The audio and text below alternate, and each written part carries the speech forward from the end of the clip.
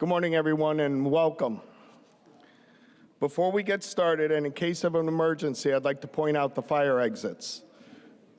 2 behind you and 1 on each side of the auditorium. I'd like to start off by introducing a woman who's been fighting hard for all affected homeowners, and especially for those residents she represents. A true leader and a fighter for the cause. Ladies and gentlemen, please give a warm welcome for Ellington's first select woman, Ms. Lori Spielman.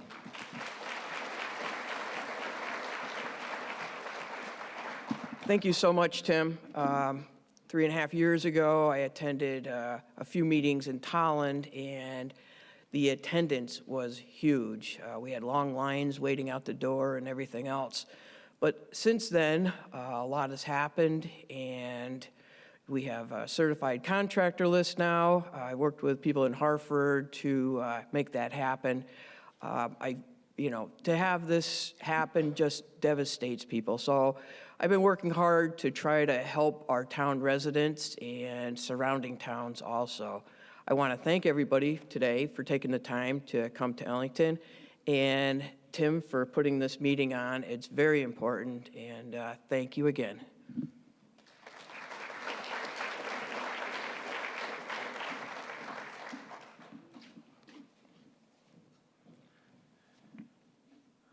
Lori, thank you. For those of you who don't know me, and you'll have to excuse me because I'm getting a sore throat, my name is Tim Heim, and I'm the president of the Connecticut Coalition Against Crumbling Basements. As I look around this room this morning, I see familiar faces, and unfortunately, many new ones. For those of you who have a crumbling foundation or think you might have a crumbling foundation, you came to the right place. The first thing you realize is that you're not alone. When I watched George Colley's story on July 21st of 2015, I had no idea how drastic my life would change. Ladies and gentlemen, finding out today you have the problem is much better than finding out 4 years ago. In the last 4 years, thousands of hours have been volunteered and spent on crumbling foundations. Countless hours of meetings, phone calls, home visits, rallies, testimony, and many, many emails have brought us here today. All the contractors, engineers, home inspectors, they all have the easy part. Ladies and gentlemen, the hard part was getting $180 million. Think about that for a minute. $180 million to help with crumbling foundations that was achieved in the last 4 years. It's not just because of Tim Heim and the coalition, or Brenda Draghi, or Brian Danforth, or Cheryl Cranick, or even George Colley. It's because all the victims came together, fought hard, day and night, and persevered. It's because of Representative Chris Davis, Jeff Curry, Tom Delanicki, Kurt Vail, Senator Anwar, Dan Champagne, Kathy Austin, Tony Guglielmo, Tim Acker, Joe Courtney, John Larson, town leaders, and Pauline Yoder from Krog.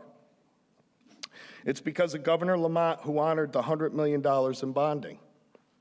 It's because of the Department of Housing Commissioner, who in her second week of being on the job, visited my home.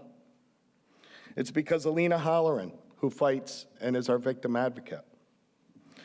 It's because of Alan Jelinas and Michelle LeMay from CAVP, the Canadian Coalition, who supported us for many, many years. Ladies and gentlemen, this is why we're here today.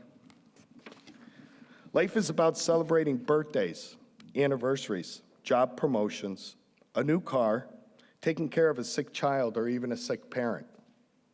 Life was never intended for dealing with the prolonged stress of a crumbling foundation. The emotional roller coaster is extremely intense. The financial impact is catastrophic. The hard part was, and always will continue to be, funding.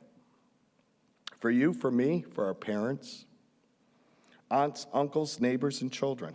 None of us can do it alone, which is why it is so important that we continue to do it together. This is why we're here today. whether you're red, blue, or in the middle, folks, it don't matter. Periodicite affects us all. Progress has been made, but there's much more needed to be done. Ladies and gentlemen, we now need protection. We need protection from the state of Connecticut so we don't become victimized again. We need a project manager, a point person, who visits these jobs assuring us things are getting done the way they should be. We need a project manager to make sure corners aren't getting cut because the contractor took on too much work and now just can't keep up. We need accountability.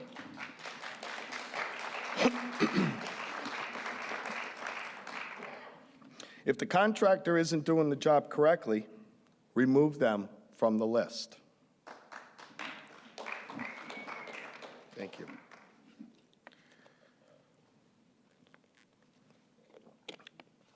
We need a project manager who communicates with all town building officials on a weekly basis.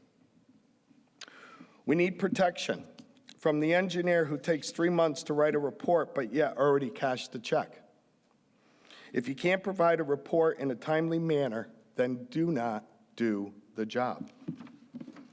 The naive home buyer needs protection from the home inspector who told them the foundation looks structurally fine today and not once mentioned the crumbling foundation crisis. We need protection from the engineer who told the homeowner they had a crumbling foundation while doing a visual inspection, only to find out through a core test they came back negative. And last but not least, we need protection, assuring us periodicite isn't in our foundations being poured today. The aggregate and quarries need to be tested before pouring new foundations. Ladies and gentlemen, I'd like to give a shout out to a woman who's worked very hard, and the coalition wouldn't be here today without all of her hard work, who left the warm weather in sunny Florida to help us here today. Please give a round of applause for Ms. Cheryl Kranick. Thank you. My next guest is a woman who's written and sent more emails on this issue than I've read in my lifetime. And that was just last year. She works hard day and night as an affected condo owner and a huge advocate for the issue. It is my pleasure, and please give a warm welcome for Ms. Debbie McCoy. Good morning, and thank you for coming. My name is Debbie McCoy. Many of you know me as one of the Concrete Queens. But what many don't know is I'm also a member of the Condo 5 group that formed just 1 year ago after the CCACB CIFSIC meeting of October 13th, 2018. Get used to hearing dates. When we heard the crashing blow of the announcement that condo structures over 4 units were excluded from the financial aid captive insurance. So I'd like to speak to you about how condos have been impacted since the beginning news story in July 2015. Condos have been impacted by this crisis, dealing with obstacles, hardships, and exclusions. For most of the condos affected, the foundations, which are common elements, are owned by the association, and the unit owners own them as tenants in common, referring to the equal shares of ownership and equal shares of common fees and special assessments due to repairs and maintenance of common elements. To date, condos have had to stay vigilant for inclusion.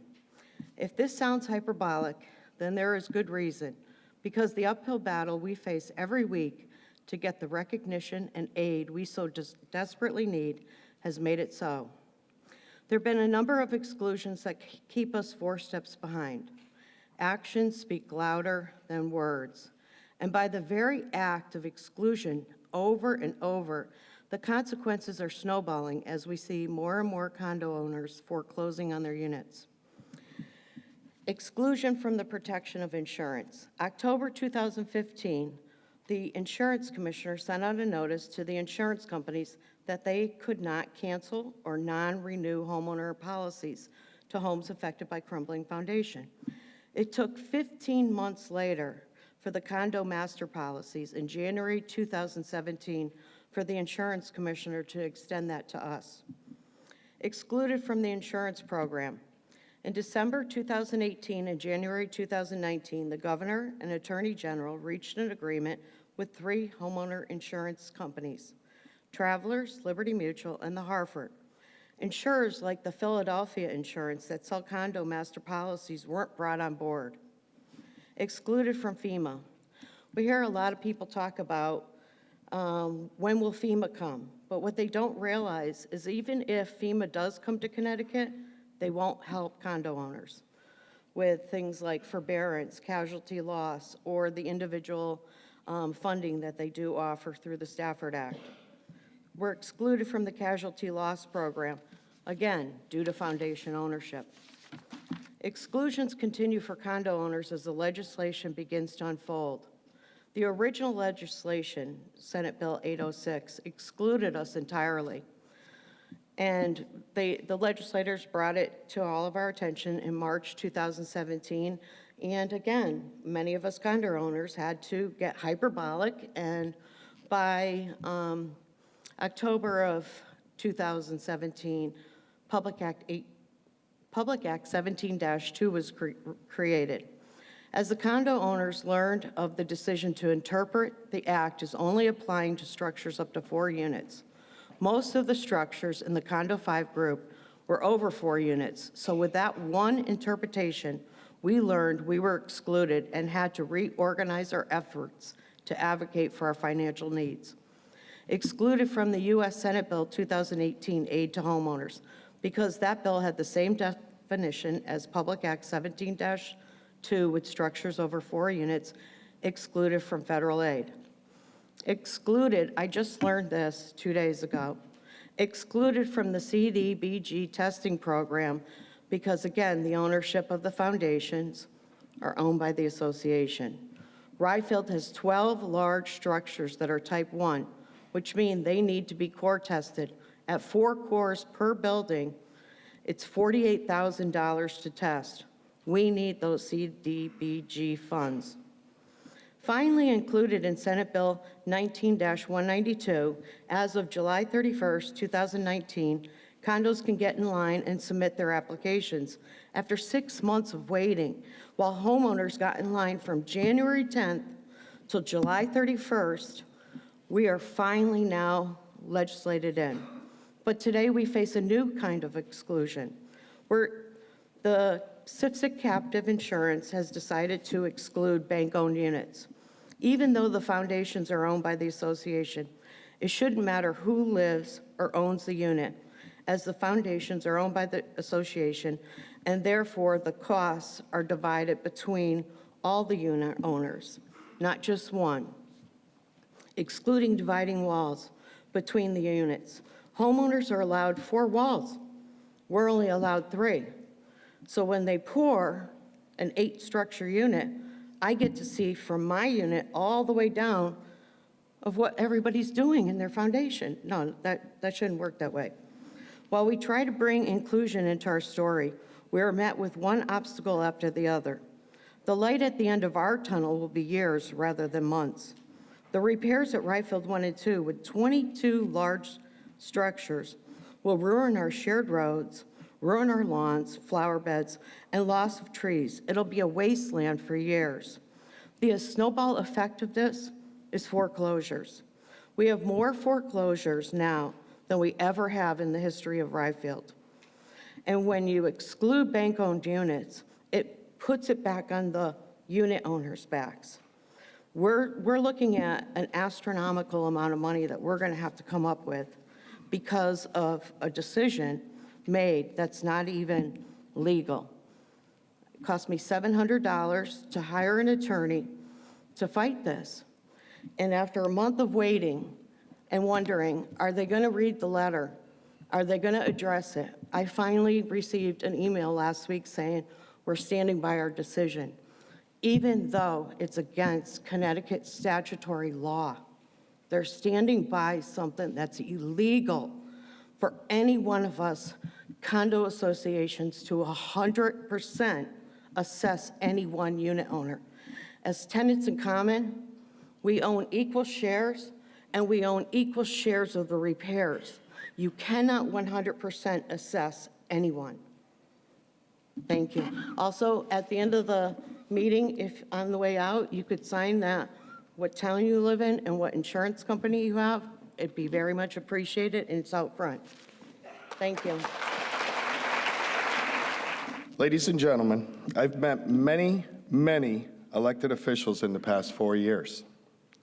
Some that said they would help and are still here today, and some said that they would help and never heard from them again. My next guest said they would help and are still here today. Here to discuss the challenges faced, goals achieved, and legislation needed, please give a warm welcome for Representative Jeff Curry and Representative Chris Davis. So as Tim mentioned, I'm Jeff Curry, state representative out of East Hartford, also representing parts of Manchester and South Windsor. I just want to take this opportunity this morning to thank the coalition for organizing today's events. Also want to thank the queens, the contractors, the mayors, the first select persons, the assessors, the home inspectors, the engineers, and especially all of you homeowners for your continued participation in this ongoing dialogue as we all continue to work and find real-world solutions for the problem impacting Northeast Connecticut. And I will say it's great to see this conversation extending well beyond the borders of both our state and our country, and welcome our visitors from Canada and Ireland and our neighboring states.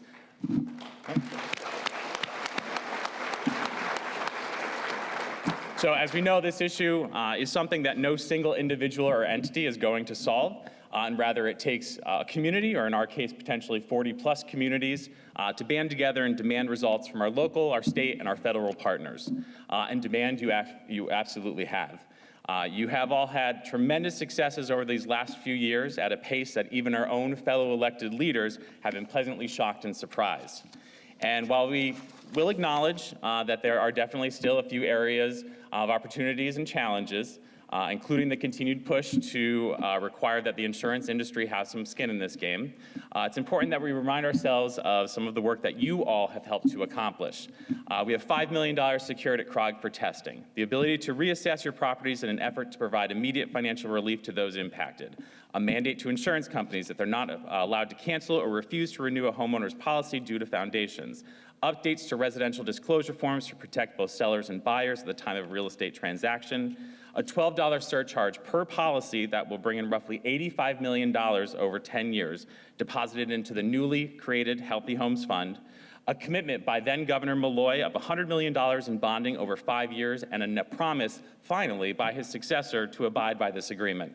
A fully inclusive definition of residential buildings, a commitment from Connecticut Innovations to invest $500,000 of their own money to explore more cost-efficient ways to replace and repair foundations, the requirement of banks and CHFA to provide low-interest loans to homeowners to fill the fiscal gap. Yes, it recently has been reported that condos are not currently included in that due to the way in which the legislation was crafted, but we're pushing on the Banking Association and CHFA to say, you don't need us to legislate this, just do the right thing and create this program for everyone.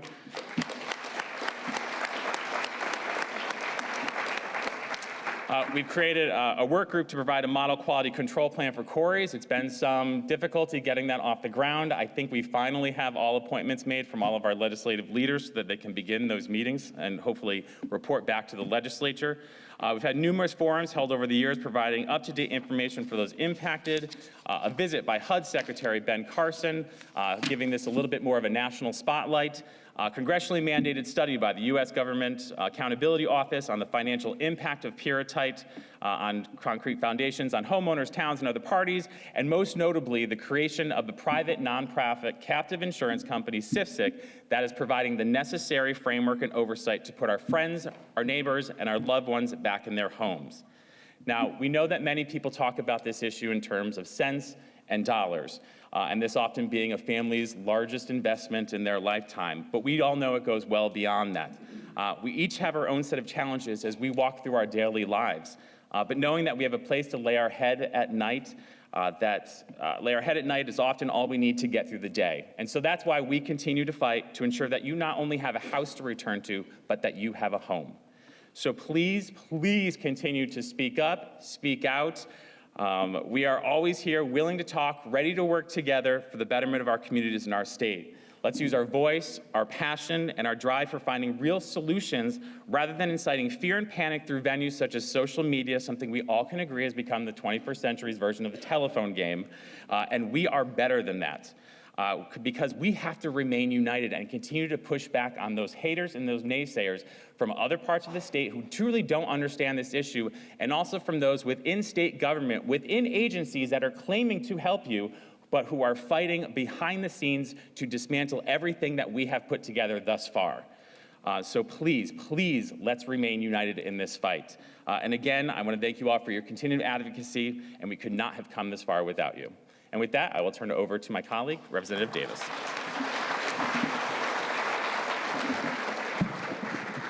Good morning, everyone. I'm Chris Davis. I represent East Windsor and Ellington. I live here in Ellington, so I want to welcome each and every one of you to our beautiful town, especially our friends from Canada and Massachusetts and Ireland that are joining us here today.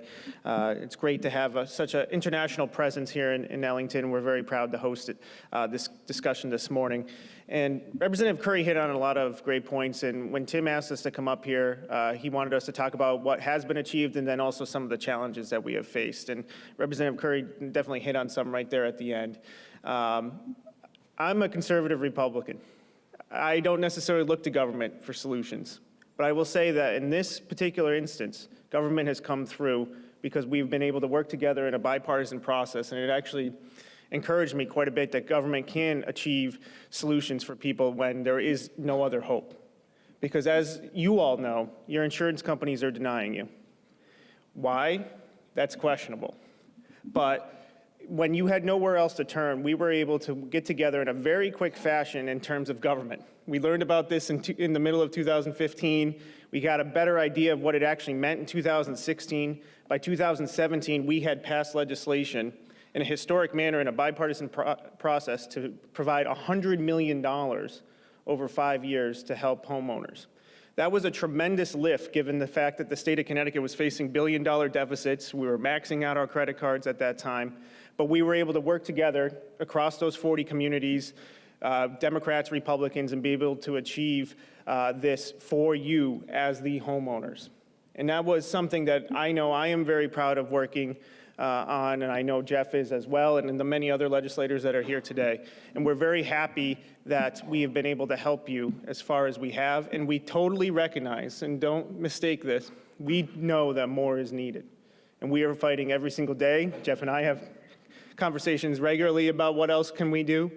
I think the opportunity for us to do more is there. Part of it is education. We need to go out and be able to help educate those other legislators across the state, as well as other homeowners across the state, of the importance of trying to protect your homes here in North Central and Northeastern Connecticut. Because what happens here is impacting the rest of the state. When our tax revenues are reduced significantly here in this part of the state, it impacts the ability for those other towns to get their state aid, because we're going to be looking, saying, hey, we can't pay for our schools anymore. We can't pay for our roads anymore. We're losing millions of dollars in our grant list. And when that happens, then that impacts those other towns. When insurance policies go up, that impacts every homeowner across the state. So these are issues that do impact other people, other areas of the state. And we've been successful in trying to educate our fellow legislators now, but we also need you guys to continue that effort and get that voice out there and let people know how deeply this impacts you and why it's so important that we continue to make changes to the laws that we have passed and then come up with new laws that help protect you as homeowners and also provide you the assistance that is necessary. But I think the next steps for us to take is working with our friends in the federal government to try to get a federal solution to this issue as well. Because now we're facing the fact that Massachusetts undoubtedly has this issue. And it most likely could be spreading up there into other communities. We obviously know that Connecticut, there's a lot of them. We hear rumors or conversations or things that perhaps there's areas of pyrrhotite in other parts of the state that are just becoming aware of this issue. Perhaps they're not having the same chemical reaction that we're having up here, but it is present and could impact them in the future. So those are the types of conversations we're going to continue to have, solutions that we're going to try to find, and most importantly, try to get the private industries, the insurance companies, the banks, to be involved, take a part, and actually help us try to solve this. Because right now, they've been really hesitant. A few have done what I consider sweetheart deals with the state and given a small amount of money for giving away a good chunk of being able to be sued. And I think we can do a lot more to try to get those insurance companies to be held accountable, because each and every one of you, when you took out that home insurance policy, I think thought your basement was covered, right? It's literally the foundation of our homes. That's what it is. So for those insurance companies then to say, well, because we changed the language here and here and here, and you got the insurance on this day and not that day, that's not fair to you as the policyholder. And that's what we've been working on, we're trying to continue to work on, and hopefully we can get the insurance companies involved. And the banks, because they hold the mortgages. And they have a lot to lose if each and every one of you walks away, like Debbie had mentioned, in the Ryfield complex is happening left and right. So we're working together. Please know that we see this as a major challenge. It's something that I know Jeff and I see Tim Ackerd and others, Mike Winkler here, and Senator Anwar, Senator Champagne, we're working on this all the time. And we need to hear from you when things aren't done right. And we need to hear from you when we can do things better too. So thank you guys so much for being here today, and thank you for being here in Ellington. You know, folks, I used to watch nightly news every single night, but completely turned off with how politics in DC are so divided. And when they're so divided, things don't get done. And the only people that pay the price are the people who elected them. One thing I am proud of here in Connecticut is the way our politicians came together on a bipartisan effort. And they came to solutions. So, you know, kudos to them, and thank you again for everything.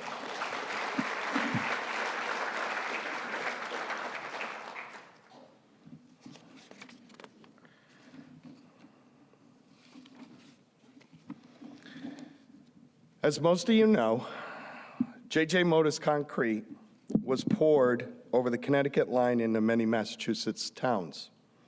Our next guests not only have the problem, but started the Massachusetts residents against crumbling concrete.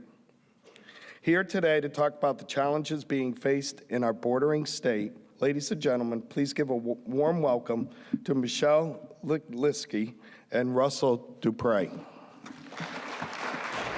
So in Massachusetts, I came home from a soccer tournament with my children, and our basement was flooded with water from a hot water heater. So, you know, I called the insurance company, Liberty Mutual, and I figured I'm going to get, my basement refinished. This isn't the end of the world. But as we started taking down the walls, I noticed that a couple of the walls were just crumbling, and they didn't look quite like some of your basements do in Connecticut. Mine were literally just crumbling apart. We have some photos of that. But if I touched the wall, it just fell apart, literally fell apart. So I had a number of contractors in to take a look at the basement and to, refinish it. And the first contractor said, well, just skim coat it, it's fine, I've seen this before, not a big deal. The second contractor said, you need an engineer because it's clearly, that's better. It's clearly crumbling and you really need to check it out before. I'm not gonna put a wall in front of that concrete until I figure out what's going on. Luckily, that person told me that because I called Liberty Mutual, they came out. I think Liberty Mutual knew the whole time what was going on with my basement. So they offered to do a core test. And my wife and I thought, well, that's great. They're paying $5,000 for us. We're going to get a core test. This will all be resolved. Little did I know that the reason for the core test was to show that I had the issue and then it wouldn't be covered. So I went through the process with Liberty Mutual. We got it tested. It turned out I did in fact have this issue. And I had never heard of this issue, by the way. In Massachusetts, you had been dealing with it for years in Connecticut. We've heard nothing about it up in Massachusetts. So once I found out what the issue was, I checked my insurance policy. The policies are not quite the same in Massachusetts and Connecticut. So I read through the policy and I read the language. I thought, great, I'm covered. Because, on page 10 or something, it looked like I was covered. I kept reading through the policy. I got to the amendments at the very end on page 50-something, and it was clearly written in a way that excluded this crumbling concrete issue. In my opinion, I'm an attorney. I read the language. It's very clear. I think it was specifically meant for this issue, that amendment. So the next step was I contacted Liberty Mutual, tried to get them to cover the plan. They wouldn't cover it. They denied it as we expected. And I decided at that point that I was going to go public to the press in the area and make it clear that Massachusetts has the same problem, because I had started getting calls from one person in East Long Meadow that had the issue, and it hadn't gone public back then. And that was about 5 years before I found out. So I decided that nothing was going to happen unless we followed your model in Connecticut. So I went public, and then people like Michelle, who happens to be one of my clients, and a number of other people started calling my office. They started calling my home. So there were a lot of people in Massachusetts that knew they had a problem and didn't know what it was. So once the story broke in Massachusetts, we realized that we have the same problem that you did. It appears that places like East Long Meadow, Munson, Palmer, there's a whole number of towns along the border where there were particular builders that seemed to have used J.J. Modis consistently and over a long period of time. So next week, we have a commission meeting, and I think we're going to get a better idea of how many houses. Just from the people I know and the neighborhoods I know in my area, it's got to be at least in the hundreds, if not the thousands, up where we are. There's a large, even my neighborhood, which is probably 50 houses by itself. There's not that everybody in the neighborhood has it, but it was the same builder, so typically builders use the same contractors. So as we went through this process, luckily Michelle is great at organizing things, and she's really the one that created our commission, and she's been dealing with the press far more than I've been able to. So I really appreciate what she's done for us. But so far in Massachusetts, we do not have any. The only thing we have is reimbursement for testing. And so we haven't been able to get any money yet. I think the politicians near us have been working pretty hard on it. And this next meeting, when we have more firm figures, I think that'll help. But I do think that Connecticut and Massachusetts needs to band together to try and get federal monies as well. And the insurance companies, what I always say to people is, it's like covering your car, but not covering your engine. So you get in an accident, the most expensive part of your car is the engine, and they say they don't cover it. Well, the most expensive part of your house is the foundation. They're not covering the most expensive part of their house. So what I argue with my AG about in Massachusetts is, if you change the policy, and they did this to Michelle actually recently, about a year ago. They changed their policy, and hers, I think, was Hanover. They changed the policy, take off the insurance, the foundation completely, and the premium went up. So if you're telling me that it's the most expensive part of your house and we no longer cover it, the premium should go down dramatically. So since that's not happening, that tells me that's the definition of an unfair practice. But so far, we've gotten no traction with that. We've been asking the Attorney General to investigate, and I'm hoping they will, because I think the insurance companies should be part of this. We're going to have to be part of it too, the homeowners. But the insurance companies have to be part of it. The banks have to be part of it. We went to the bank and asked them, I got two quotes, $350,000 and $405,000 to replace the foundation. I went to the bank and I said, listen, give me a loan. I'm going to pay it. I've never missed a bill. The bank said, I'll give you $50,000. I'll give you $100,000. Loan, not give me. And so I said, well, you're putting me in a position where I got to foreclose. So I didn't pay the mortgage payment for the first time in my life. And the bank then started calling me and saying, we need to fix this. And I said, well, you're not giving me enough to fix it. I don't have $350,000 sitting in a bank. And so ultimately, I ended up with a personal loan. I ended up with a second mortgage to the bank. We have nothing from the insurance company. And right now, the state is not yet able to do it. So the homeowners are in an impossible situation. You get so much stress. I know a lot of you know that. It's like a completely hopeless feeling. You have absolutely nowhere to turn. And really, you get pushed into foreclosure is what happens, in Massachusetts at least. And I think the condos are being pushed into foreclosure here. And that's just not good for anybody. It's not good for my neighbors. It's not good for my town. It's not good for any of the homeowners. So I'm hoping that through this process and through everything that Tim's doing and Debbie and everybody else has been working on this for so long that we can get some type of resolution so everybody can move forward. Okay, so our story for my husband and I begins with Russ's story. Sitting at home, click on the computer to see what the news is. I'm reading a story on Mass Live, and there's Russ's picture, and I know him. So I'm like, well, what's this going on with Russ? So I read the story, and I find out what's going on, and I see that J.J. Modis is the center to this issue. And I find out, obviously, that now I'm in the same boat. My husband and I are in that same boat because we contracted our home ourselves, and we know that J.J. Modis poured our foundation. There's no doubt. We didn't buy this house, a couple of sales down from when it was built. I went into a panic, ran into my basement to see if our foundation was going to be falling apart like Russ's, and it wasn't. So, the next best thing to do is go to denial, because denial is a really nice place to be, especially when it comes to this issue. Thought, well, geez, we must have gotten different material from Becker's quarry. It must have been from another area of the quarry, not where the pyrrhotite was. So we thought we were good for a month or two. And then my husband was home over the winter because he often gets laid off. He works in construction. So he took and lit up our basement like it was daylight, and he started with sidewalk chalk to mark all the cracks in our foundation. And we came to the realization that we better get an engineer in and take a look at this and start calling our legislators, because we could see something was happening here in Connecticut.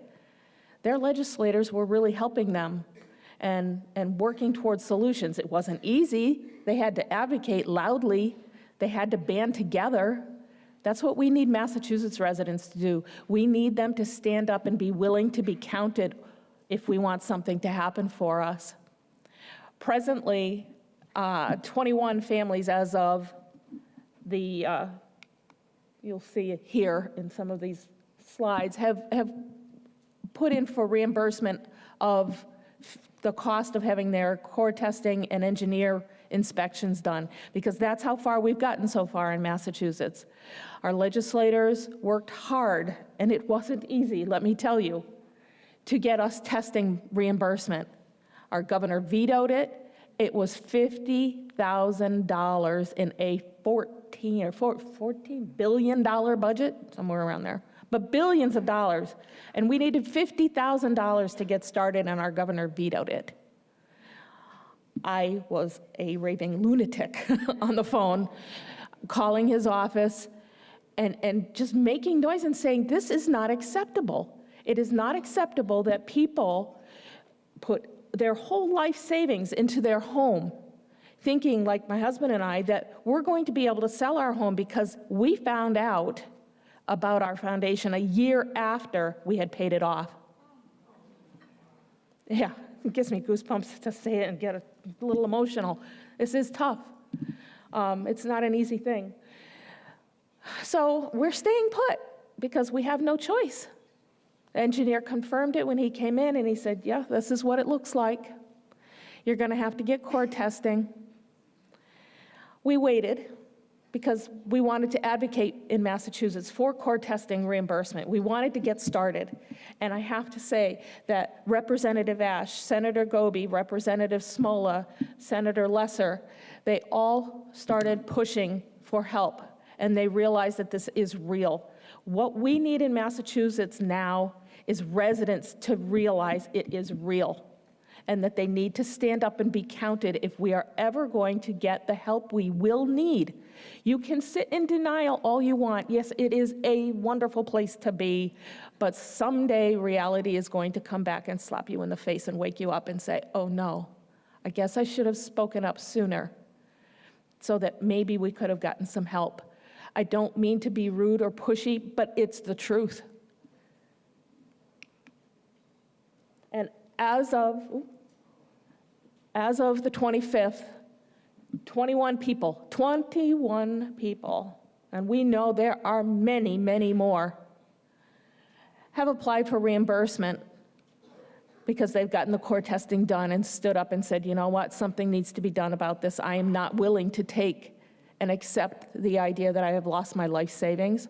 Or if you're a young couple who has bought one of these homes unbeknownst to you, because realtors are still letting that happen, you have a huge mortgage, and you have a house that's now worthless. Do you keep paying for it? What do you do? What if you want to move and you can't? What if you get transferred for your job and you can't move? These are things that people need to think about and need to stand up and be counted. So you can see by this the numbers so far from each town. East Longmeadow is definitely one of the larger affected towns. There was a lot of building during the time frame in that town.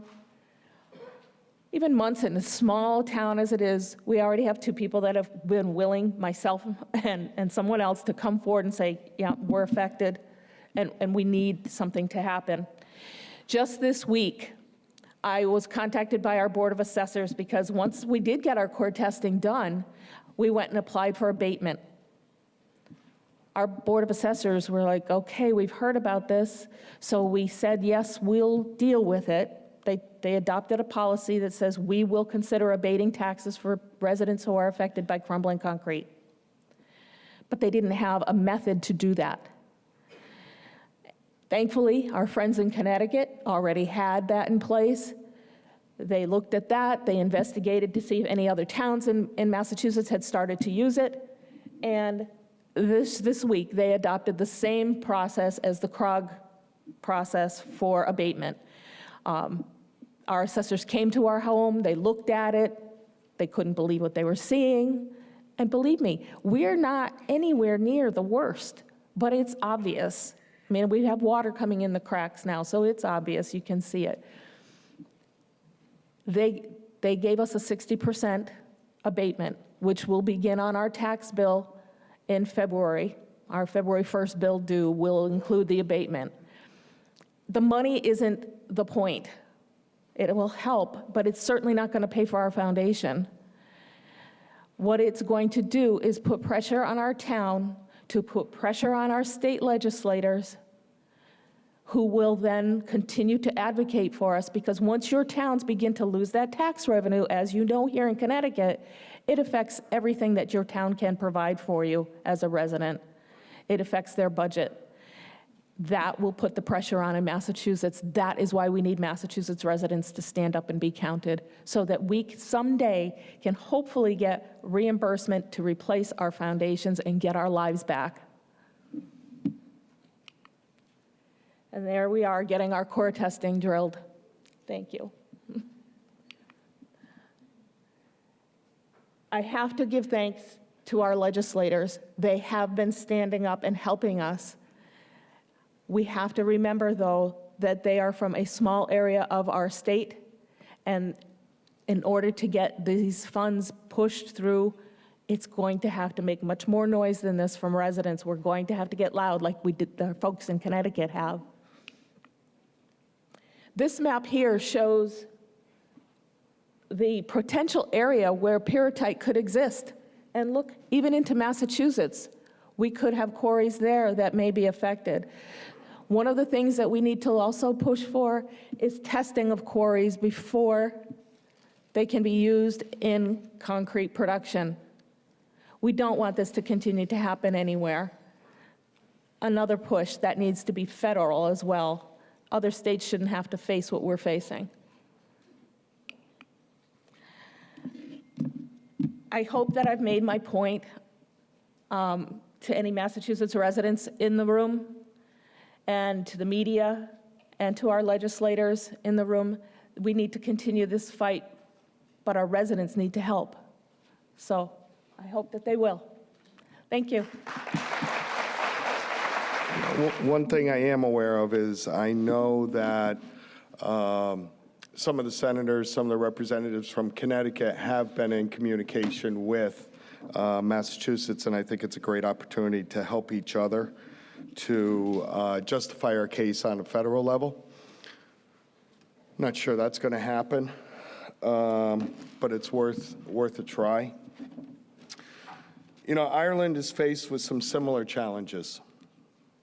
Here to tell their story, ladies and gentlemen, from the MICA Action Group and all the way from Ireland, please give a warm welcome for Ms. Ann Owens and Eileen Doherty. Hello, everyone, and thank you so much for inviting us to come here. The parallels here today are simply astounding. Myself and Eileen just keep shaking our head. The parallels are amazing, and you'll see that yourself when Eileen gives her PowerPoint presentation. My name is Ann Owens, and I am the chairperson of the MICA Action Group. We just call it MAG at home. MAG is now a household name from everyone. It's just a household name. The children talk about MICA now because we're so well known, but that was not always the case. Eileen Doherty is our Public Relations Officer, and she's going to present a PowerPoint, very complex with a lot of information that will bring the journey from beginning to end right up to where we are now. It's notable, people talked about the concrete queens, and it's notable that even though the committee of the MICA Action Group is mixed, there's male and females in there, but all the main posts are females. The chairperson, myself, the press release officer, and the secretary are all women. So we have our own concrete queens in Ireland.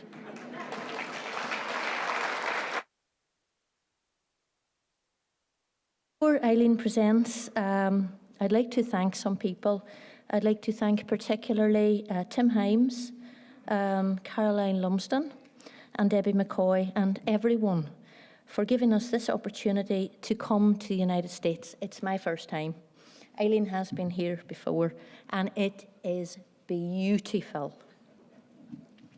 It's our privilege to meet you all and to join all the other coalitions in a spirit of international unity and support.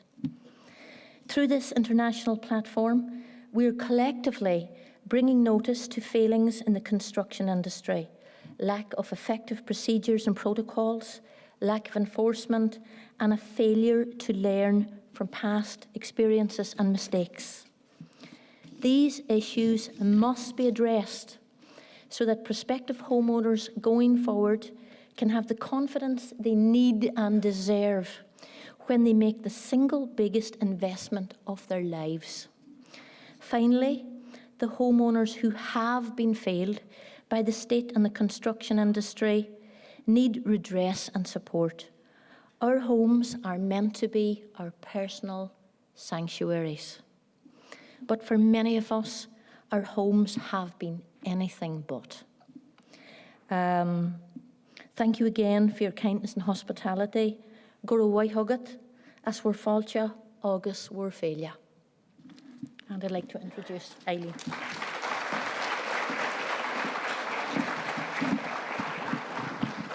Good morning, everyone. I have no pre-prepared notes, so I hope I'm going to outlive this, so I hope it goes okay. I'm just going to practice to make sure this is okay. Yeah, okay. So yeah, as Anne has said, we've been involved in the MICA Action Group for quite a number of years, and I'm going to take you through their journey. I'm going to take you through the emergence of defective blocks. And we say defective blocks aside from mica or pyrite or whatever it is, because there are a number of issues or factors that contribute to the actual failure of the blocks in our homes, and I'll talk you through that as well. But take you through the brief history about the campaign, the redress, current status, and where we plan to go in the future. So I suppose to set the scene, there's an issue in another part of Ireland, in Leinster, around the Dublin area, that came into play in the early 2010s up to 2013. And it's an issue with a mineral called pyrite, very similar to pyrite. And there was a campaign by a lobby group there in Dublin as well, which came to fruition in 2013, where they set up a remediation scheme, which again addressed the structural damage arising from pyrite heave. They estimated there was about 10,000 homes that were affected in the Dublin or Greater Dublin Leinster area, and they set up a redress scheme. Now, it's one of the things we talked about last night. Dublin is obviously the capital of Ireland, for those who don't know, and we are as far as we can possibly be away from the capital, so they serve to try and ignore us when the problem rose, because we don't have as many votes. But at the end of that actual process, there was a number of key recommendations that came from the pyrite process, or the pyrite investigation. And one of the key recommendations that was particularly pertinent to us when this became evident in Donegal was that if this issue were to arise again, we needed to ensure that the government and that everyone learned from the process, and that there was a more effective process in place, that we all could ensure that it was far more efficient to get to where we needed to be. And one of those things that they recommended was that you needed to, excuse me, sorry, I meant to do this, you needed to go to your local government, and that they had a responsibility to take the lead in setting up this system. So we thought, okay, well, when this happened to us, that's exactly what we would do. So just going back a little bit, in early 2010, 2011, Anne and a number of residents in Donegal, where we come from, started noticing, similar to the basement cracking, that they seemed to share the same issue. So they got round their kitchen, Anne's kitchen table actually, about 5 or 6 families, and they started finding out that there was a lot of parallels in their story. They went down a litigation route, and they tried to sue the actual supplier. It was pretty obvious from their conversations and by sharing their stories that they shared the same supplier of their building blocks. That was a key factor that was common across all of the stories. So they went down the litigation route, and that litigation route went on for quite a number of years. In the meantime, in December 2013, there was a structural engineer from Letterkenny, which is a large sort of town in Donegal, and he noticed that when he was being called out to homes all over the county which were exhibiting unusual cracking to their homes, and he realised that this was a real problem. So he held a public meeting in December of 2013 in Letterkenny, at which hundreds of people turned up, and it was at that meeting that the Mica Action Group was formed in December 2013. So you can see some of the members of the Mica Action Group in that photograph. So what is Mica? Well, I suppose it's important to clarify that neither myself or Anne are engineers. We're not experts in geology. We know really very little about this, but I have got this information from the engineer today. Just to clarify for those people who are interested in what it is, again, it's a mineral a bit like pyrite. It's one of the common constituents of many rock types, including granites and sandstones, forming distinctive plated crystals. When mica occurs as discrete or free flaky grains in fine aggregate, it usually increases the water demand of concrete and also reduces the cohesiveness of the mix, which can adversely affect the final strength and durability of the hardened concrete, and it's very susceptible to freeze and thaw. What that actually means, in layman's terms, from our point of view, is that with maybe it's periods of drought or maybe warm weather in the summer, with the contraction of the blocks on the external leaf, and then in the winter with the freeze-thaw effect, the blocks are going through a process of continually contracting and expanding.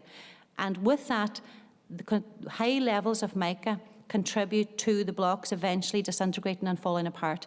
And it is also important to point out that our method of construction is very different than you have here in the States, where you have a concrete foundation and then you have a timber frame. We don't have a timber frame.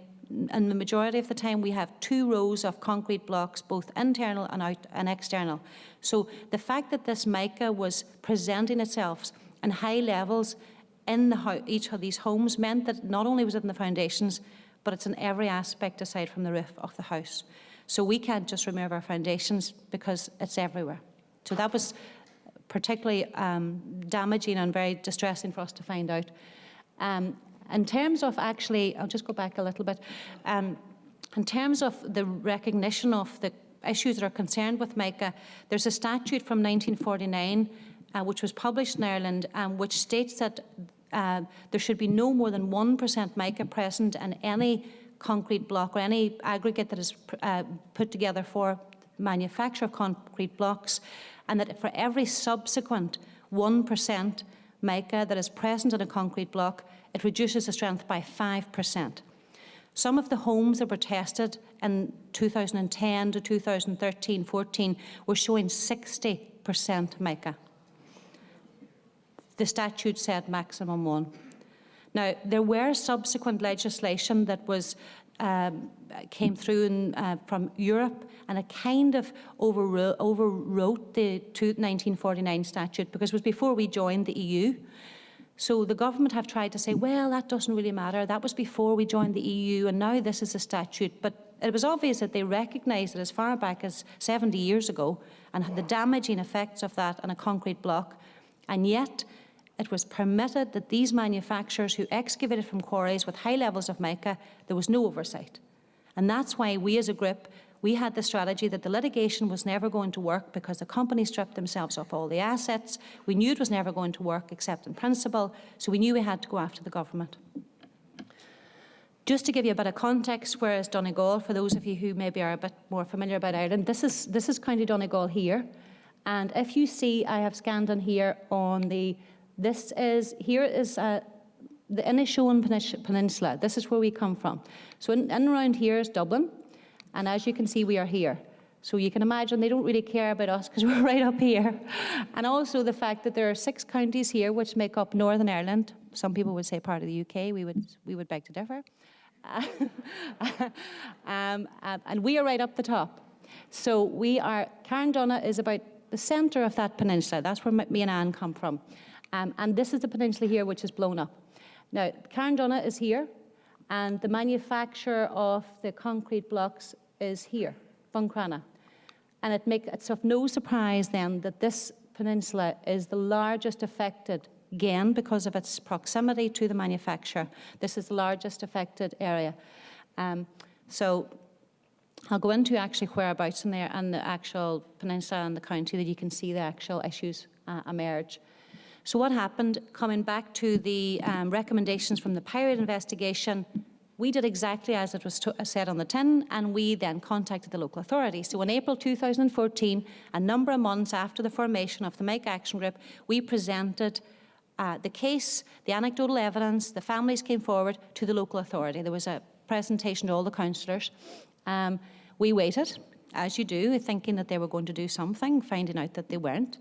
And then in April, from June, then we started making contact then with the actual government itself, directly with the government. We realised that the local authority were really not going to do very much. So we decided to make contact then with the government ourselves directly. This is a couple of examples here, as you can see at the bottom. You can see this is somebody's, I suppose not basement, but the subfloor of their home. You can see how easily the blocks are coming away. You can see the significant cracking. Some of these have fallen off. You can see, so this is getting worse and worse, and one of these days, one of these homes is actually going to collapse. Some people have moved out, but this is just getting incredibly, progressively worse.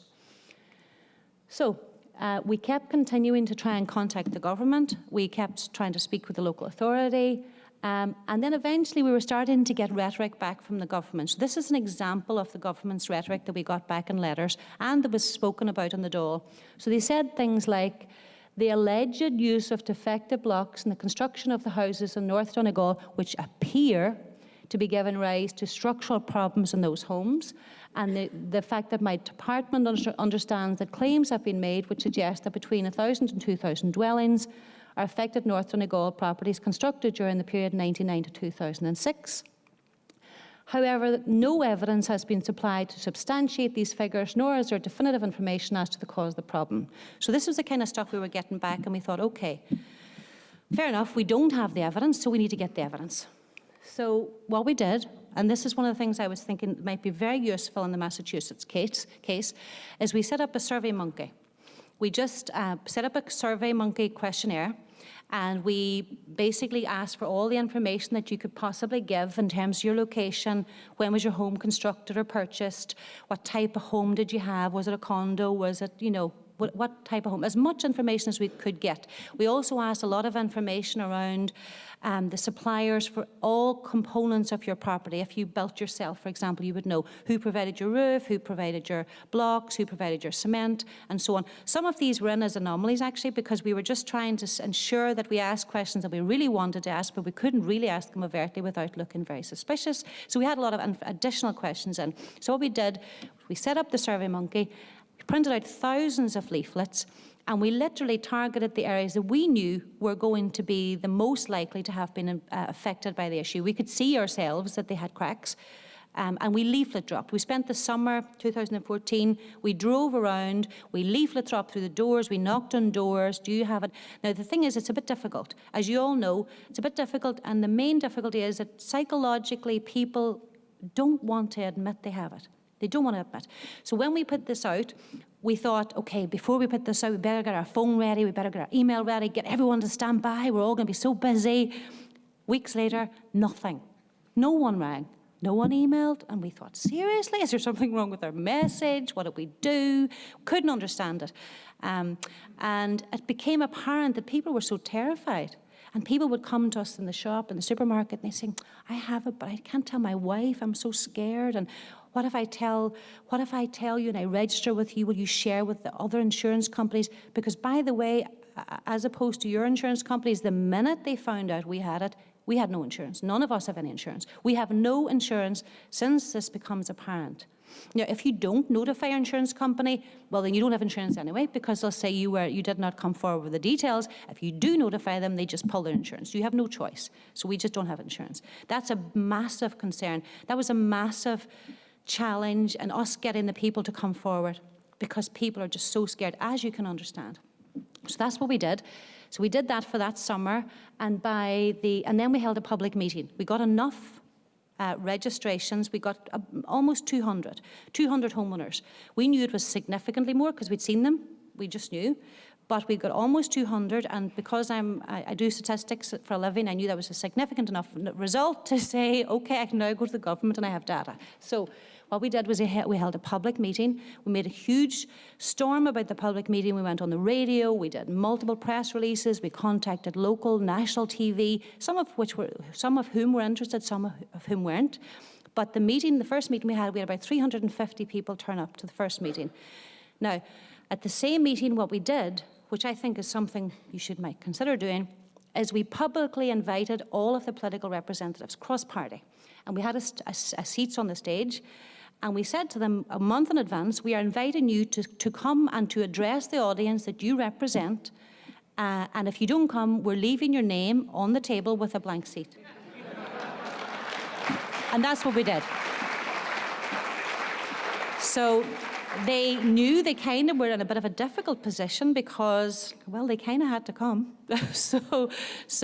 And they did the same in July. But yeah, so one of the guys, we were talking to someone last night, we were saying that one of the politicians, who's the key politician in the county actually, he came beforehand. I think he was kind of scared, and he met us beforehand, before we went into the room, and he said, girls, I don't have time. I have to go. I have a very important meeting. I'm going to be able to give you 10 minutes. So we weren't very impressed because we knew he needed to give us more than 10 minutes. So we said, well, it's not good enough. But anyway, he said, but I've got great news. The government want to meet you next week. Like, it was supposed to be some sort of, was that just a coincidence, do you think? I don't think so. But anyway, he decided to go into them and give us his valuable 10 minutes. Sorry if you're listening here, mister, because in case this is on Irish media. But we managed to get a meeting we managed to get a meeting the next week, but the same minister did not leave the room that night. And I think maybe realised for the first time the sense of frustration, the sense of urgency that was required. So those meetings are incredibly valuable, but they're equally, I think, the media that goes with that is incredibly valuable to ensure, because you have to hold the public representatives to account. And I appreciate there are lots of public representatives who are doing a stellar job, but there are equally public representatives who could do a lot more. So we really harness that cross-party. Like you say, we're apolitical. We just want to get our homes fixed. It's as simple as that. So what we did at the meeting was we presented the findings of the survey. And I'll just give you a run through some very briefly here. I actually was just thinking before I went on, the key thing that I forgot to present here is the key period was 1999 to 2009. That was the key period. So a 10-year period. It also coincided with the largest economic boom in the country had ever seen. So the largest construction boom that the country had ever seen. So was it a coincidence that, yes, the MICA, but we also found that there was lack of cement also. So the standard that was recognised for level of cement was not adhered to, so you could say that they were just churning them out as quick as they could churn them out. They weren't doing the testing, government oversight wasn't happening, and we were just getting defective product. That was what was happening. In terms of the actual types of properties, the majority were self-built. You can see 44% were self-built, but that's typical, and where we come from, a lot of people are either involved in construction or have family members involved in construction, so that's pretty common. And you can see that, or contract build. So self-built or contract build made up nearly 70%, and the rest were purchased and so on. But the majority were people who built them themselves.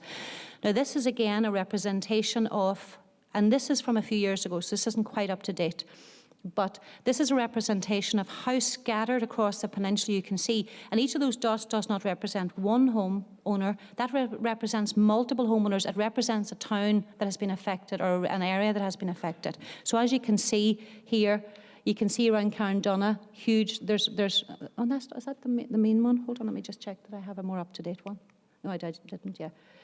Yeah, so you can see there's around Carndonagh area, there's quite a few, Buncrana area, there's quite a few.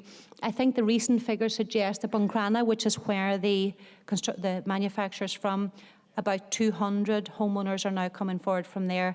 Carndonagh, maybe 150, and these are just registered. We know there's a huge amount more, but these are just registered. So you can see that the issue is predominantly in this peninsula, and it just so happens, as I say, to say that the actual manufacturer comes from there too. So in terms of the average time, again, we used the data to look at, well, how long does it take for these cracks to appear? Well, typically we would say, from the data that we had at that time, 5.3 years after construction, can be anything from 5 to 10 years typically. So basically, we are saying that there are still many homes that may still have cracks that have still not come forward. They may not have even any evidence of cracking, so we don't know. And one of the things we keep asking the local authority, has this issue been remedied by the block manufacturers? Are homes still being built with defective blocks? We keep asking the local authority to investigate that, and they won't give us a definitive answer. I mean, even if they could say, well, we went in, we checked it out, but really we're getting very little information back.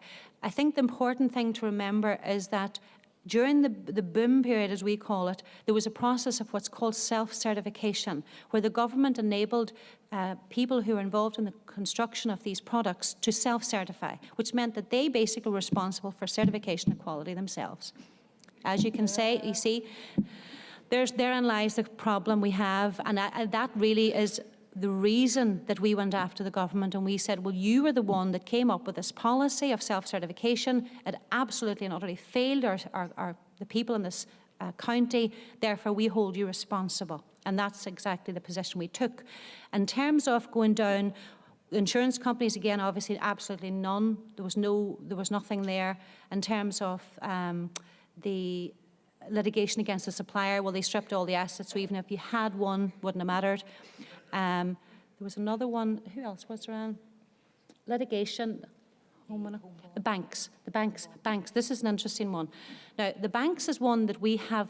It's an ongoing, but we are, unfortunately, we work full time, all of us, so we have limited time. But the one thing I would say in relation to the banks is that the position we take is that the bank is a stakeholder, particularly for people who have a mortgage. I'm a stakeholder, but they equally are stakeholders. So the position we take with the banks is we say, you're a stakeholder, I'm a stakeholder, let's collectively come up with a solution. Because really, why am I being held responsible and it's me that has to take all the hit when equally you have, as an asset on your books, you have my home is valued at $350,000.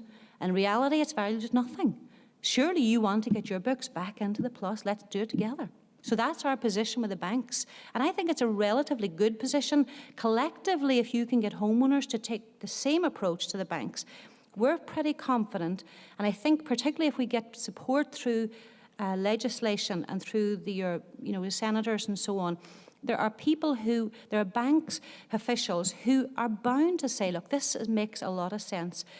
So we're asking them to write off some of the debt that is currently held by the homeowner in terms of the mortgage, and the homeowner then can use that debt through a holiday on the repayments, or they give us a write-off or whatever it is, and they use that money to help them to fix their homes. It's not fair to have a double whammy and that the homeowner is the only stakeholder that's hit. That's the position we take, and we would say something you might want to consider, certainly one that we are going to do very soon once we get the scheme up and running properly. So again, data also was able to show us that 97% of all the people who registered showed that their block supplier was block supplier A. We all now know to be Cassidy Brothers. In the old days, we were kind of scared to say their name in case they were going to sue us, but now we just say it. So, but yeah, so block supplier A, Cassidy Brothers, Buncrana. So, on the 4th of December 2014, this is the first time we met the government, as we say, and at that meeting they told us in order for us to be taken seriously, we had to exhaust all of the avenues of redress, which is what we did. We showed evidence that we had sought clarity on home insurance, we had sought clarity on litigation against the actual supplier, and all of home bond, all of the possible avenues, which meant that we were left with no avenue for redress except government. And that's what we had to do. So we compiled, and I'd imagine Debbie would be phenomenal at this, compiled a lot of documents, and we then presented to government and said, there they are, we have all the evidence you request. And it kind of leaves them with nowhere to go. So these are an example. Just the months following that meeting, we had some ministers come up and to visit and to view some of the houses. And you can see here, this is an example of one of the homes here in North Donegal. You can see that they have filled this with like a foam because the cracks are so wide, they're getting mice in through the house. You can see that they live on the coast as well, so it's quite cold. The whole wall underneath that is effectively, the blocks are they're just collapsing. Now, the thing which is really scary is that that's what you can see above ground, but below ground the same is happening. So that's what's really scary. And there's another home. You can see Anne there, very pensive, looking into the distance. But yeah, as you can see, there's an example, and this would be more typical. And these photographs are taken 5 years ago. Those homes are still progressively falling apart, so they still haven't been fixed, none of those homes. And this is an example of one of the homeowners here, this guy here, Oliver Lafferty, who I think Carolyn met. He's just given an example of one. This is one of the blocks. Now these blocks, typically you could hardly break them with a hammer, but he's showing them that you can actually break them with your hand. You can just squeeze them with your hand. We call them like Weetabix blocks. So you can see that's what his home is built with, and this is the minister that came to visit. So through a process of bringing these ministers up, raising awareness, they eventually announced that they would set up a panel to investigate the mica issue in the county. We also got involved with the equivalent of 60 Minutes in US, 60 Minutes. We have an equivalent in Ireland, which is RTE Primetime. They did a very extensive investigation for 3 months. I mean, totally intensive. They checked every document. They checked every record that we had from every homeowner. And they went live on the 1st of June, I think it was, 2016. Now, with the pressure, because it was national media, the government acted as well. And the government announced, as I say, this investigation. We found out just before that aired that the litigation cases that have been going on for years with homeowners and the supplier collapsed in May 2016. Why? Because the supplier finally conceded that they didn't have any insurance. So again, another failing by the state that they allowed a manufacturer which served 80% of the county had no insurance. And they are still operating, and by the way, the local authority still remains their biggest customer to this day. So you can imagine how we feel about that. So in March 2016, the expert panel set up to investigate defective blocks. Television programme aired in June. In June 2017, the government finally published the report into defective blocks issue. They indicated that up to 4,800 homes may be affected in the county and finds blocks were not fit for purpose. So at least it was vindication in the end. If you look back to the earlier slides where they're saying we had no evidence, there was nothing to suggest it was on a grand scale, at least this was their own external investigators that came up with this. Now there were elements of this that we don't agree with. But at the same time, at least it was a vindication that this issue needed to be addressed. Now, after that, I think they thought that maybe we might go away, but I think they maybe thought wrong. So they thought that maybe we'd be quiet for a while, but we didn't, and we kept up the campaign, we kept pressuring them, And this is in July 2017. We would continue to lobby for a full redress for homeowners. This is September 2018. This is, for those who don't know, this is our Taoiseach, Léa Varadkar. This is Minister Joe McHugh, who has been instrumental in actually helping us get the scheme across the line. And these are a number of homeowners, myself and Anne. So we met the Taoiseach in September, and in October 2018, we got redress. We got announcement of redress. So as you can see, we were celebrating. This one particularly was good when we went to the pub that night. But we got redress. We got announced that we got redress. We didn't get any information on the actual detail, aside from indications that they would fund up to 280,000, 70,000 euro per home. Indications of that nature. So looking at the figures, the government were looking at anything, as cost to the government of anything from, conservatively we would say 600 million to 2 billion euro is the cost, potential cost to the government. So it's huge. Now, if you can imagine, you saw where we come from. We come from a small town in Donegal. For us, for a small lobby group, to actually make the government take notice, to actually give us funding of that nature. I think if we'd started out and realised that that's what we were looking for, I think we would have given up years ago. But I think when you get into this, you realise, you meet homeowners, you see the impact it has on their homes, you see the marriages that collapse, you see the people who can't sleep at night because they're terrified their homes are going to fall in on them. You just can't give up. I think once you're in, you just can't give up. You don't have a choice. You get sucked in. So we were delighted to find out that government redress had been approved. And then we had to wait for it to go through formal cabinet approval, which happened in May 2019. At that particular approval stage, we found out that they're actually going to fund us up to 90% of the value of our homes for a fix. Yeah. And it's interesting that we spoke to Debbie and Watt last night. It's great, and it's great from where we started, but there are lots of families who don't have 10%. They just don't. 10% of a 250,000 euro home is 25,000 euro. They don't have the money. And we have to be realistic. And that's why the banks are very important. They're another strand to the campaign as we go forward, and we will continue that fight for those people, because this is absolutely no fault of any of these homeowners in this room. It's no fault of any of us. We have homes that we bought and paid for. And we must ensure that the right thing is done by all these people as much as we possibly can. And it's very difficult. It's a difficult fight. I particularly listening to the Massachusetts kids, there's so much that we share, and also with yourselves last night, Debbie, there's so much that we share in terms of the struggles we had for people to come forward. And it's frustrating because you think, I'm doing so much, and why are people not coming forward to support, to vocalise the difficulties that we all face?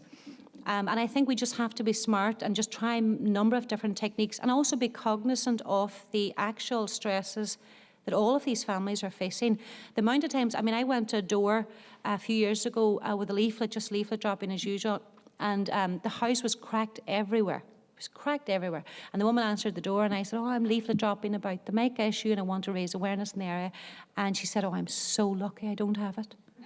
And I said, yeah, you are, yeah. And I said, but if ever you think in the future you might, keep my leaflet. So those are the kind of things, and you'd be dying to say, of course you have it, look at your house. But you can't, because you can't force the stresses on these people that they are not ready to deal with. And that aspect is incredibly important. The engineer that we deal with all the time says that when he does the initial assessment on the homes, he's most cognizant of that when he goes back into the house, to sit around the table with a family and say, he said, because people don't realise, he said, the impact, that when I walk away, how these families are going to deal with this, not just for the financial, but from a security, in terms of a sanctuary. It's a massive issue. So we just have to ensure that we are very aware of that, even though you'd be dying to say, of course you do, and yes, let's get the numbers up. But so in terms of where we are at the minute, so in this year again, the scheme was formally approved in May. In July 2019, We waited for it and waited and waited for the details of the scheme to be published. It wasn't published. We still don't know all the details. We know that they're going to give us 90%. We know that they're not going to fund people if it's their second home. We know that they're not giving us any funding towards accommodation costs when we have to move out, which is potentially a year. So there are aspects that we're not happy with, and we will continue to fight. But they still hadn't given us all the details. So in July this year, again, we had another public meeting. We did the same thing. We invited all the politicians. We had the tables across the stage. They all turned up, interestingly enough, every one of them. And we had 500 people turn up to that meeting in July. A lot of frustrated people because we have still some way to go, and it's not perfect. It's never going to be perfect, but it's a long way off from where we started. At the minute, where are we? We're waiting the redress scheme to open. So we have it all in theory. It's all conceptual. They're telling us we're getting it, but we haven't got it yet. So it's between the government and the local authority trying to work out a process to recruit enough people to take the applications and so on. So that's where we are. And the interesting thing is next week on Tuesday, when we're in the air, I think, the budget is going to be announced. Now, the budget for us is the big thing because we have had confirmation last October. We got a measly 20 million towards the 2 billion. So you can imagine that wasn't very impressive last year. But we are waiting on the budget allocation now next Tuesday. So that will be a really telling moment for us. It's the first time we will see the actual commitment that the government has to this scheme. It will be allocated in the annual budget from the government under the Department of Housing's budget. We met him in July, the same day as we actually had the public meeting, and we expressed to him that we consider anything less than 150 million for the next year would be an insult. Now, I don't really know if he's going to take that seriously, but we always have to aim high. So let's see what happens next Tuesday. We're fingers crossed, and I think we just have to work closely with the local authority. That's our plans for the next while, to work closely with the local authorities, to work closely with families, and to ensure that this project and this issue is resolved as best as we possibly can.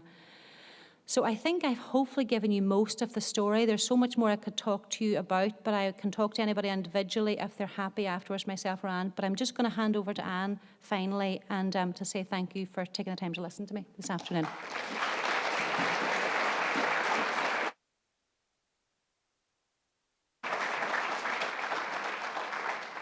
So I think when I mentioned the word parallels at the very beginning, it was what struck me as everyone else was talking. And I think you see the parallels. And that has to give us all strength and pull us all together. There's an old saying in Gaelic, and it's Ninart go curly kela. And it actually means literally, there's no strength unless you are together, but really it means there's strength in numbers. And that is, I just want to finish off by saying, Ninart go curly kela. Let us all pull together.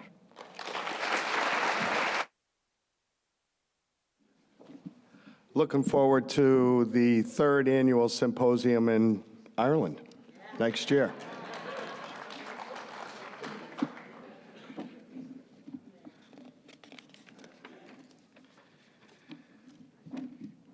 Ladies and gentlemen, my next guests have a special place in my heart. On October 27, 2015, my good friends Clyde and Nancy Smith sent me an email about pyrrhotite in Three Rivers, Canada. I watched videos, read a lot of information on crumbling foundations. Sure enough, they have the same issue we have here in Connecticut. As I continued my research, I started to read about a coalition they formed back in 2009. Coalitions for Victims of Pyrrhotite, CAVP. I immediately contacted them, having no idea what the future had in store for me. They inspired me to start CCACB over 4 years ago. I wouldn't be here today without their support. It's an honor and a privilege to have them here today. Ladies and gentlemen, all the way from Trois-Rivières, Canada, please give a warm welcome and a huge round of applause for Mr. Alan Jelinas and Michelle LeMay. Hi, everybody. Just want to start by saying it's a great honor to be here again. Like Tim mentioned, I was here 4 years ago, actually. I see some faces that were here when I was here 3 years ago, but for those who don't know me, yes, I'm the president of the coalition in Trois-Rivières against the victim of not against the victim, but for the victim of parasite. And like you see here, I'm going to do a small overview of what the coalition is.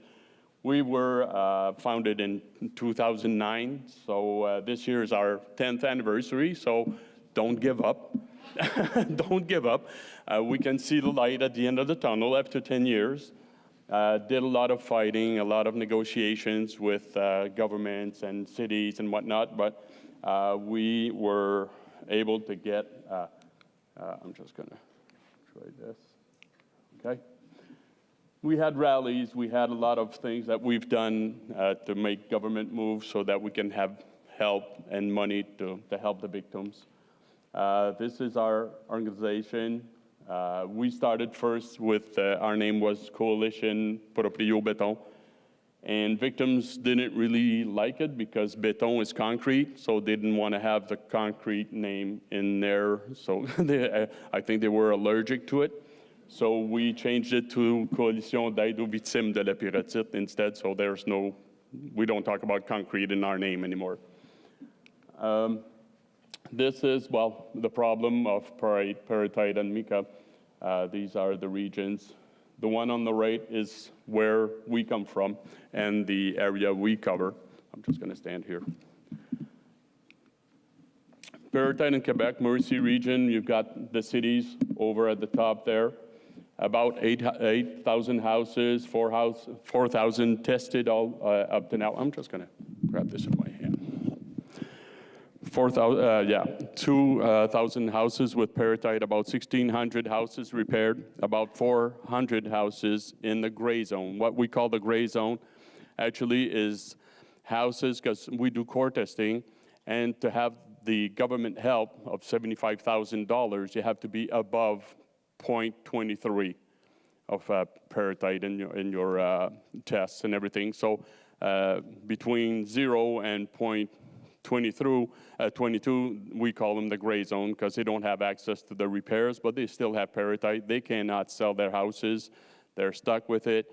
So now we're helping, and we're having a study right now done with University of Laval. They'll talk about it later, but we're hoping that this will help those victims see if their foundation will crumble down or crack or whatever down the road once this is done. So this is the pyrite, because we had pyrite in Quebec also in the 80s. Then we had the parasite in 96 to 2008. That's when the 8,000 houses were built. Physical impacts, you've seen those, I'm pretty sure. These are the type of houses, buildings that are affected by the parasite in our regions. The consequences of the demolition. You can see the houses lifted and everything. So I think you're there now. Some of you are starting to get repairs. So what Tim wants me to talk about today is actually more about the repair situation that we went through in Quebec.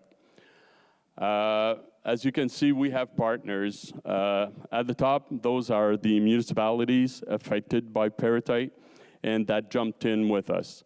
We were lucky enough that the city of Trois-Rivières, the hometown, and that's the city where it has the most victims, they jumped on board with us, and they give us money every year, actually, so that we can hire a full-time person to help our victims. Because we were volunteers and we had day jobs, and sometimes we would spend all night and weekends answering phones and calls to help victims, and we didn't have a life anymore. And so by doing representation with the cities and everything, finally the city of Trois-Rivières gives us, and I'm proud to say it, they give us $50,000 every year so we can hire someone full-time so that this person can answer all the questions. Because not many of us victims know anything about construction or the tests or whatever the results are or the paper that you have to fill or whatever. So this person knows it, so they can help out with whatever the test results are and, give the people indications on what they have to do and what's the next step. So we were lucky enough to have that, and the government of Quebec also chipped in, and they give us $45,000 every year just for all the spending that we have to do and everything. So we thank them for that, because otherwise, we'd still be working night and day trying to help victims. So lucky enough, the person that we hired now is two retired guys. One who just retired, which is Mike, who is here today. So we separate the jobs between those two guys. Yvon he's the unlucky one. He couldn't be here today. He's somewhere in Europe on vacation. So he wished he could be here. He said, I'd rather be there with you guys, but I'll be in Europe somewhere. So anyway, so these are our partners. We've got the government of Canada and the government of Quebec. So they all chipped in to help us on the side of the money. So Canada gave us $30 million over 3 years. The government of Quebec gave us $52 million.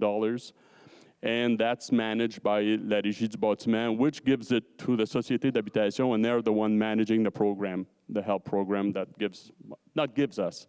they loan us $75,000, because in Quebec right now, we have a lawsuit against the contractors, the quarries, cement company, and the laboratories who did the tests. So since we have a lawsuit, we'll get our money back. So they loan us that $75,000 to try to help us do the repairs. For some, they can, but for most, they can't, because they don't have that $75,000 missing or $100,000 missing, because the repair cost ranges between $150 to $100. The average is $187,000 actually. So that's the average. So even with the $75,000 that the government loans us, we still don't have the money. Some of us do, but some of them don't, and most of them don't. So the other victims, yes, Mika Action Group, Crumbling Basement, and the Massachusetts Coalition.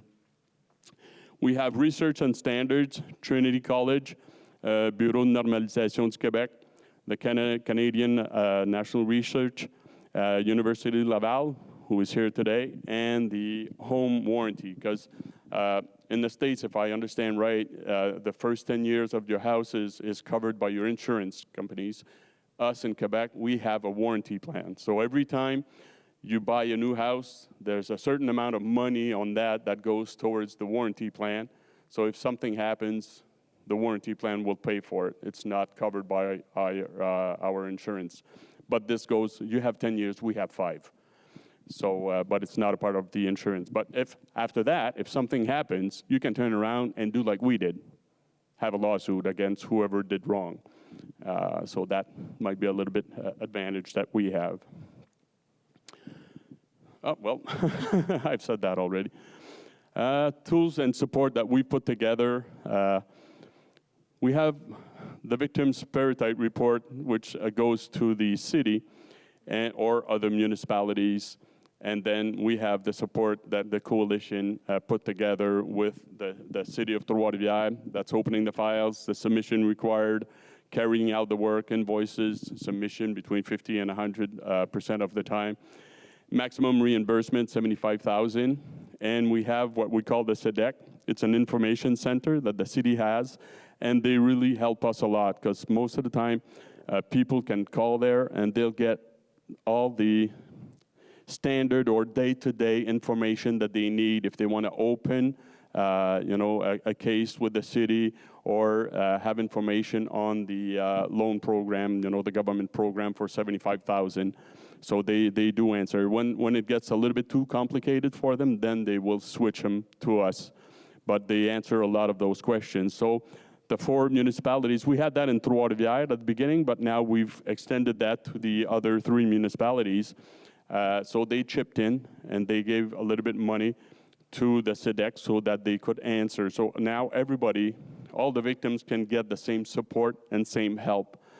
Because before that, the city of Trois-Rivières had an advantage. So all the victims that came from Trois-Rivières had an advantage over the other ones, because the other ones, when they would call to their municipalities, nobody was there to help them. So, and sometimes they would try to reach us, but like I say, we work in the daytime, so sometimes we call them back at night, but now they can reach the SEDEC and they have all the answers they need. Like I mentioned a little bit earlier, the Canadian government, that's the federal government, gave us $30 million, and the provincial government gave us $52 million. What we did also to help our victims is on our Facebook, we always post new things or new information that we have, so we all have that on there. And on our website, we came up with a guide to help victims know what they have to do. Because like I mentioned earlier, we're not contractors. Most of us don't know anything about construction. So what do I have to do, and what is there to do when we have to lift the house? So that if I go out for tender, I'll know what to ask and what to have included in the contract and all that, everything that it has to do with. So in that, I'm just going to check if it's on the, yeah, the support guide. So you have the support guide that has about 150 things that you have to do when you lift a house. So like, what about the electricity? Who's going to take care of the electricity, the plumbing, temporary plumbing, temporary electricity connected to your house? Are you going to live there? Are you going to move? Who's going to take care of the driveway or whatever? So everything's included in there, so you don't forget anything once you talk to your contractors and what you want to have included in the contract, and things that you don't want to have in there because you want to do it yourself because you want to save money, like I did. That's why I had a couple of things done by the contractors, and I did some of the work that I could do. So, but everything's in there. So it's a guide that gives you all the steps and everything that you have to think about if you have your house lifted. We also came up with public health, because we've been through, probably here also, you've lived it. We've seen a lot of divorces, depression, burnouts, even suicide. We're aware of about 10 suicides that happened in my hometown due to parasites. So we started talking with the government that we needed public health, psychological help for these victims. And even in the last month, after 10 years, we still got 2 letters about 3 weeks ago and one last week of people that are really desperate, and we got in touch with them because I was afraid they would do something that they would pass away or something like that. So we're giving help to those people. So we've been there. So like I said, psychological support, guide for tenders, guide to carry out the work, and financial assistance program. So they can get a lot of info on the website directly. So if they have questions, then they can call either the coalition or, like I mentioned, the SEDEC, and they can help out. Like I say, the guide for the parasite victim, you have a lot of, it's going to tell you if your property is at risk, the coverage by a warranty plan, validate the parasite level in your foundation, everything that you need to know in our victims, public health information, psychological support. We even have guides and things that we can do. Here's the guide that I was talking to you about 150 items, disconnect natural gas connection, provide and install a temporary natural gas connection, demolish or remove the bricks and whatever.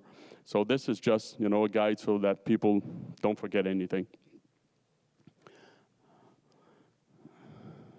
Dismantling property. So you can do your own tender using that. So this way, all the contractors will have the same tender, so they will bid on the same thing, because we've went through, and sometimes people will ask contractors to do everything they have to do, and they'll come back with a price, and you have 2 other contractors coming with prices, and none of them are at the same price, or and it's normal, it's competition, but sometimes it's just that one contractor didn't include everything that you wanted on there. So with having a guide like this, you can do your tender, give that to everybody, so they have to bid. So if there's something in there that's not included, it's gonna say it's not included. So you'll know if you're paying less, it's because that's not included in there.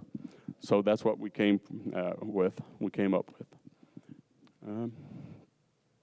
Checklist for the victims are your foundations. It's all what we've went through: waterproofing, rainwater drainage, foundation backfilling, building structure, lowering the building, repair of the openings, exterior finishing. That's all in there. So you mustn't forget, what you have to do. These are, again, examples of that checklist. That was really appreciated when we came up at first, because in the beginning we didn't have the help from the city, that $50,000, so we didn't have any money to do anything. So what we did is we were selling that guide for $20 a piece to give us, a little bit of money in the coalition to do things. So now that we have help, this is free on the website. So you can download that directly on the website, so everybody's got access to it. Yeah, well, these are the what can happen element to consider, because we've been there. You've got the overbidding of repair cost. If I give an example, when I lifted my house, about 6-7 months before, my cousin lifted his. It cost him $42,000 to lift the house, destroy the basement, redo the foundation, and put the house back on the foundation. That's without finishing the inside of it, but just to do the concrete part. 7th month later, I do mine. It cost me $100,000 to do the exact same thing. Because contractors knew that there was a lot of people and there was a lot of work and a lot of jobs, so a good opportunity to make more money. And we saw that everywhere. We saw horror stories about that also, contractors between themselves and whatnot. So getting, agreements that this is going to be the price from now on. It wasn't really complicated. You would call somebody, a contractor, to come and lift your house. He would call you on the phone and say, okay, it's $100,000. When did you come? Did you look at my house? Yeah, I saw it. I passed by, and it's a 1-story building, it's $100,000. 2 stories building, it's $200,000. That was the way they calculated it.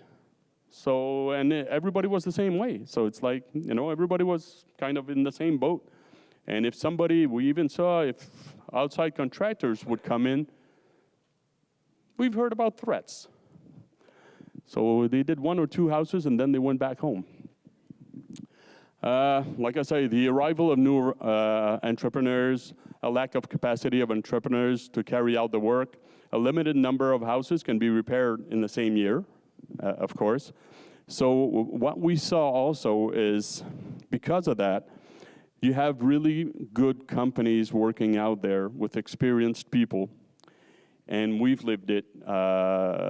Mike got one of the best companies in Quebec to lift his house, and he went through some problems because what happens is there are so many houses to be lifted that they take the crew that they have and they make 4, 5, or 6 crews with this guy, with this team. So now you have one experienced guy per team and 4 or 5 guys that don't know what the heck they're doing.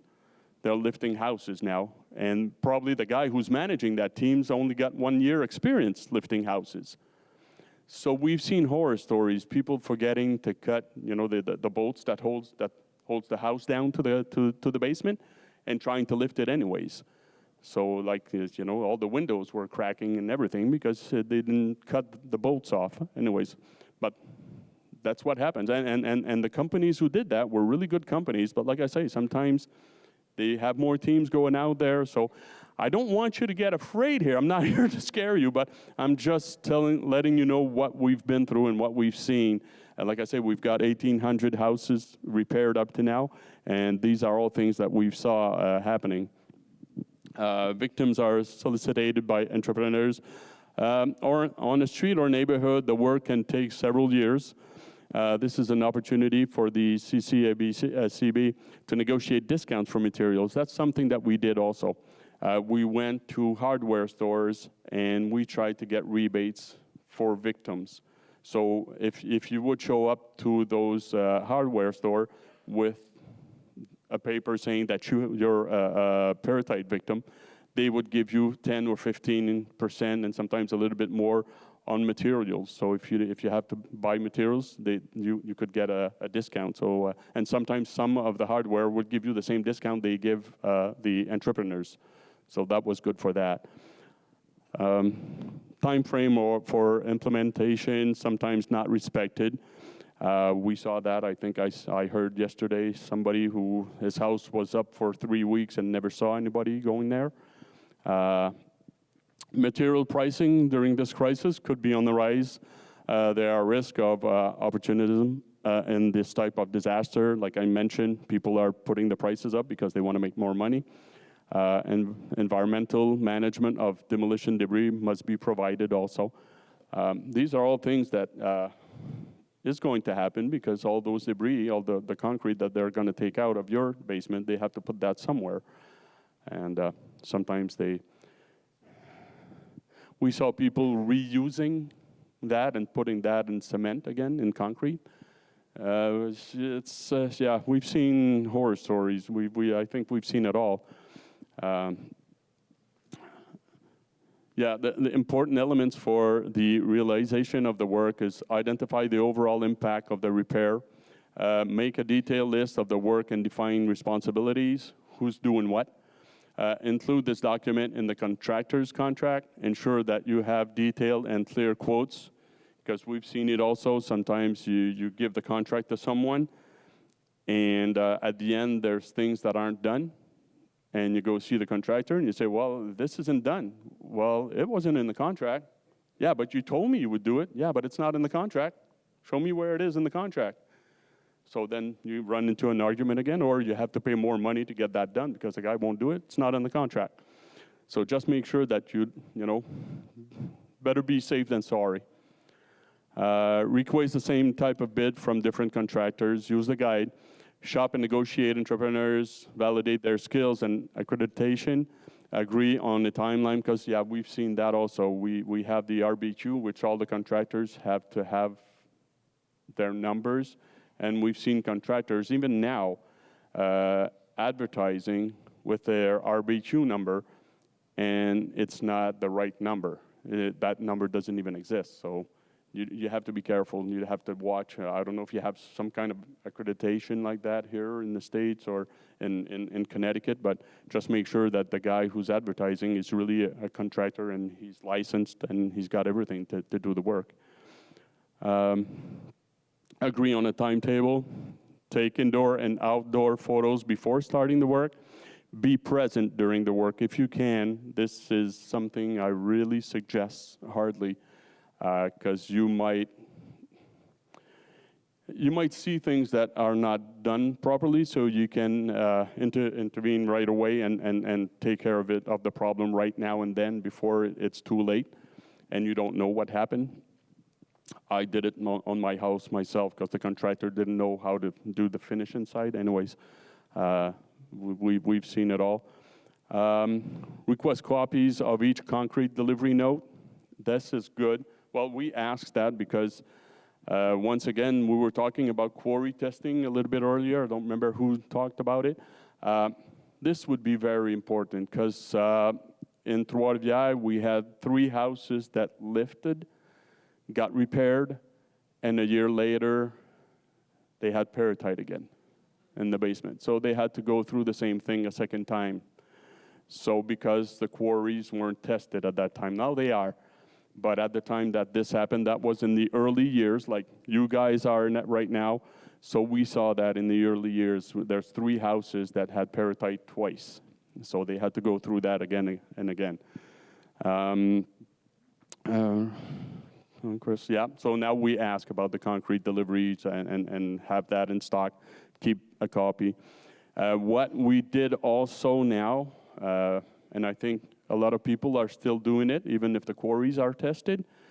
what people do is they keep a couple of, when they pour the concrete in the walls, they take a little bucket, fill it up, then clean the cement up, keep the rocks, the aggregates, and have those tested. So then you know, and you can certify for the next homeowner that wants to buy your house that you've been tested negative, there's no peritite in your basement. So that's something that we strongly ask people to do in our area. Avoid making prepayments before the work is carried out. Agree on the payment method. Take pictures during and after the work. Make a full inspection before making the final payment. Victims must be careful and have clear contracts. Just another point on this, and I had 2 interviews a couple of minutes just before I got on. And this is something that we've seen a couple of times also when we talk about the payments and everything. Make sure that the people that do the work are paid. And what I mean by this is sometimes you'll do business with a general contractor. So he takes everything and he's going to take care of everything. But now he hires subcontractors. They do the work. You pay him. You pay the general contractor. He leaves with the money. Doesn't pay his subcontractors. I don't know if they can do that here, but in Quebec, the subcontractors seized the house. So now the victim has a loan for $150,000 because he paid the contractor. The contractor left with his money, didn't pay his subcontractors, and now the subcontractors are seizing his house. So he's got a $150,000 loan and doesn't have a house anymore. So we've seen that a couple of times also. So just make sure that everything is being done properly, just to avoid these kind of situations that you get a loan and then you have to pay over again or have peritite again. This is an example of a ratio of homes repaired in the residential neighborhood. All the white dots that you see, they're all houses that were repaired, and the 2 green ones are houses without peritite. That's in that neighborhood, and that's a real situation that you see there. And most of the houses that were built between 1996 to 2008, if you go into those neighborhoods, this is what it's going to look like. You'll have 2 houses not affected on all the other ones. So this is work generated by the peritite problem. Inform your neighbors that you will be doing the work, because sometimes the land is pretty big, so you don't have to touch your neighbor's property. But in my case, when my neighbor lifted, he came a little bit on my side, and when I did, I got a little bit on his side. So he got some of my dirt, and I got some of his dirt, and but I got good neighbors. But this is an example of everything that's got to be done, actually. Like I say, inform the neighbors, remove landscaping, hang the water heater under the house if your house is lifted. It's kind of nice to be able to take a warm shower. Temporary electrical connections, if required. Locate underground electrical wires, protect or relocate the pool, demolition or relocation of the patio, disconnect the heat pump, remove gutters, downspout, relocation of the washer and dryer of the subsoil, depending on where they are, remove fences, demolition of the sidewalks and steps, demolition of the parking lot and curbs, empty the basement and store the furniture, recovery of the basement elements by the owner. And the next step is start repair by a contractor. So before the work, during the work, after the work, demolition of the basement and of the masonry and everything. You can see here, key actions concerning the work. Use a checklist to make sure you don't forget anything. Be well prepared and define the work you will do yourself. Plan all the steps to be carried out. Validate the contractor's skill once again. Have clear contracts. If feasible, group together for tenders. Sometimes we saw people getting better pricing because sometimes you're 2-3 neighbors close together and you can contract pricing to the same guy to do the 3 houses. So sometimes you'll get better pricing. Try to negotiate well as you can. Once again, take the pictures. Price is not only the first element to consider. Sometimes you're better to pay a little bit more, but to be sure that you're going to have really nice work done and you won't have to pay again to do some repairs. So once again, be present during the work. This is a rally that we had a couple of years ago to help us. We were about 3,000, 3,500 people that did that rally. So like it's mentioned at the bottom, 10 years is too long for us already, but keep in there, don't give up. We, right now, are seeing the light at the end of the tunnel. So thank you very much for being here. Thanks.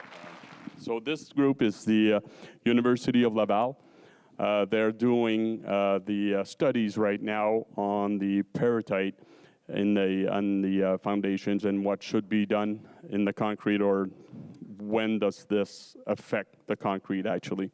So we have from University of Laval, Pierre-Luc Fecteau, José Duchesne, Rodolfo Costello, Andrea Rodriguez, but Pierre-Luc Fecteau is going to be doing the presentation for University of Laval.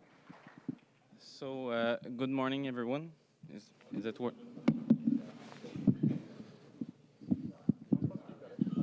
Do you hear me well? Yes. Okay. So,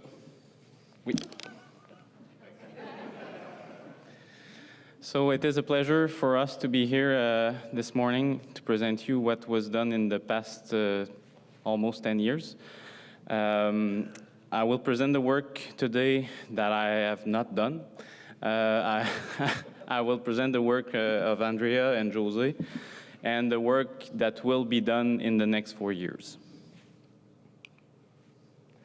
So for the outline, we will present what is the background of the current research chair in Canada, examples of deterioration that you have seen a lot, an overview of the reaction mechanisms, the performance-based protocol that was issued in the last 10 years, the monitoring of blocks on exposure sites, and the objectives and the work that will be done in general in the next 4 years with NRC and Laval University.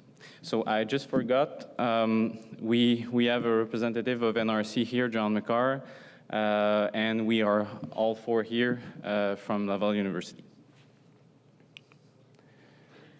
So as it was presented by Alain, more than 2,000 residential homes were affected by peritite in Quebec in the last, it started in 2000 or so, and there was 2 phases.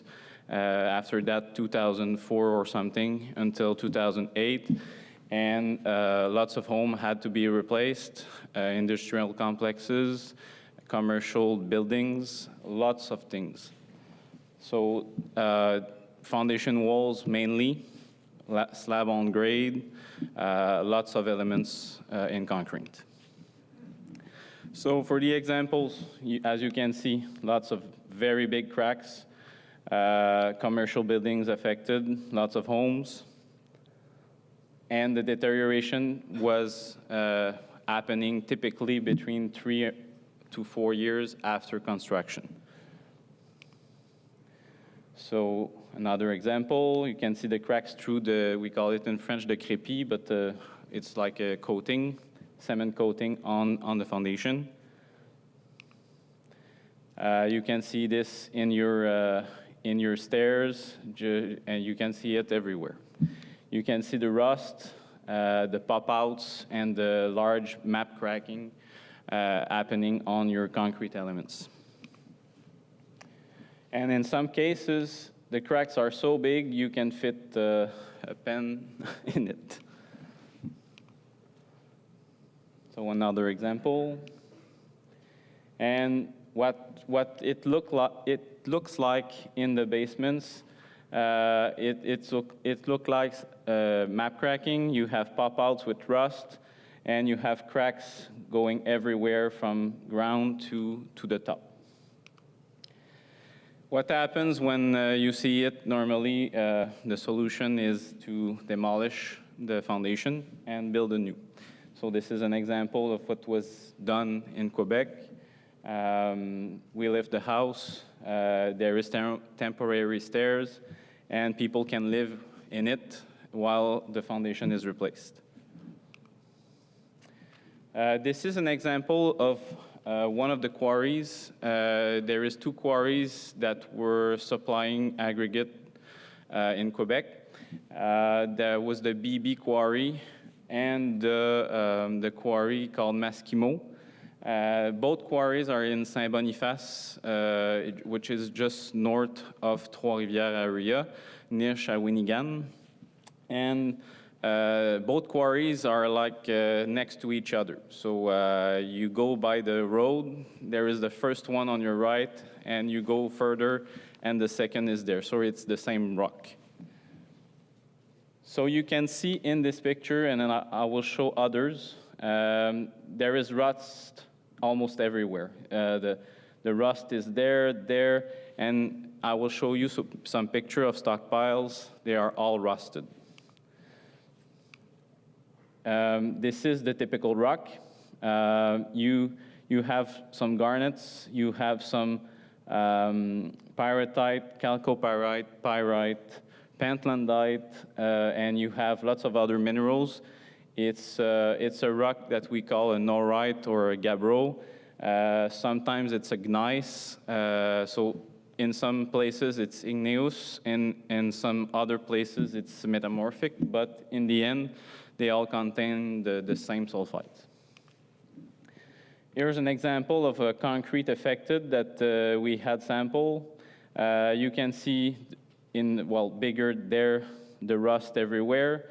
You can also see from a distance the rust, and you can see the sulfides. They are not fresh, but I will have pictures of that later on. This is a close-up of an aggregate containing the sulfides. You can see the pyrite here, here. So there is lots of them. Now a close-up of what is happening on a polished section of concrete. You can see the sulfides there, polished. You can see the crack going through the aggregate to the cement paste. And you can see the same here, going from the aggregate to the cement paste. It is really the sulfides reacting, oxidizing, and making the concrete crack. So a last example, there is on this picture, it's not very well defined, but there is you can see with the circle what we want to show. I will explain later what is the mechanism in detail, but the particle is oxidizing. It creates rust, and the rust with the sulfuric acid goes through the cement paste, and you can see there is a rim, a whitish, yellowish rim, different from the rest of the cement paste around the aggregate that is rusted.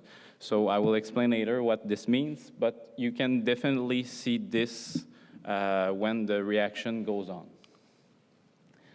So what we showed earlier, you can see the particles there rusted. So if you go to the SEM, which is a scanning electron microscope, it can allow you to see that the pyrite here oxidize, creates some iron oxyhydroxide, so rust. And this looks like this when you close up more with the scanning electron microscope. And you can analyze this and see that it is goethite. So the pyrite with oxygen and water creates goethite, which is rust, and sulfuric acid. Then the sulfuric acid reacts with the portlandite in the cement. It's calcium hydroxide that is present after the CSH formation. CSH is when you hydrate cement, it creates CSH, and the CSH is the glue that allow everything to to be all together and give strength to the concrete. So the Portland light reacts with the sulfuric acid and makes gypsum. Gypsum expands, and after that reacts with another mechanism.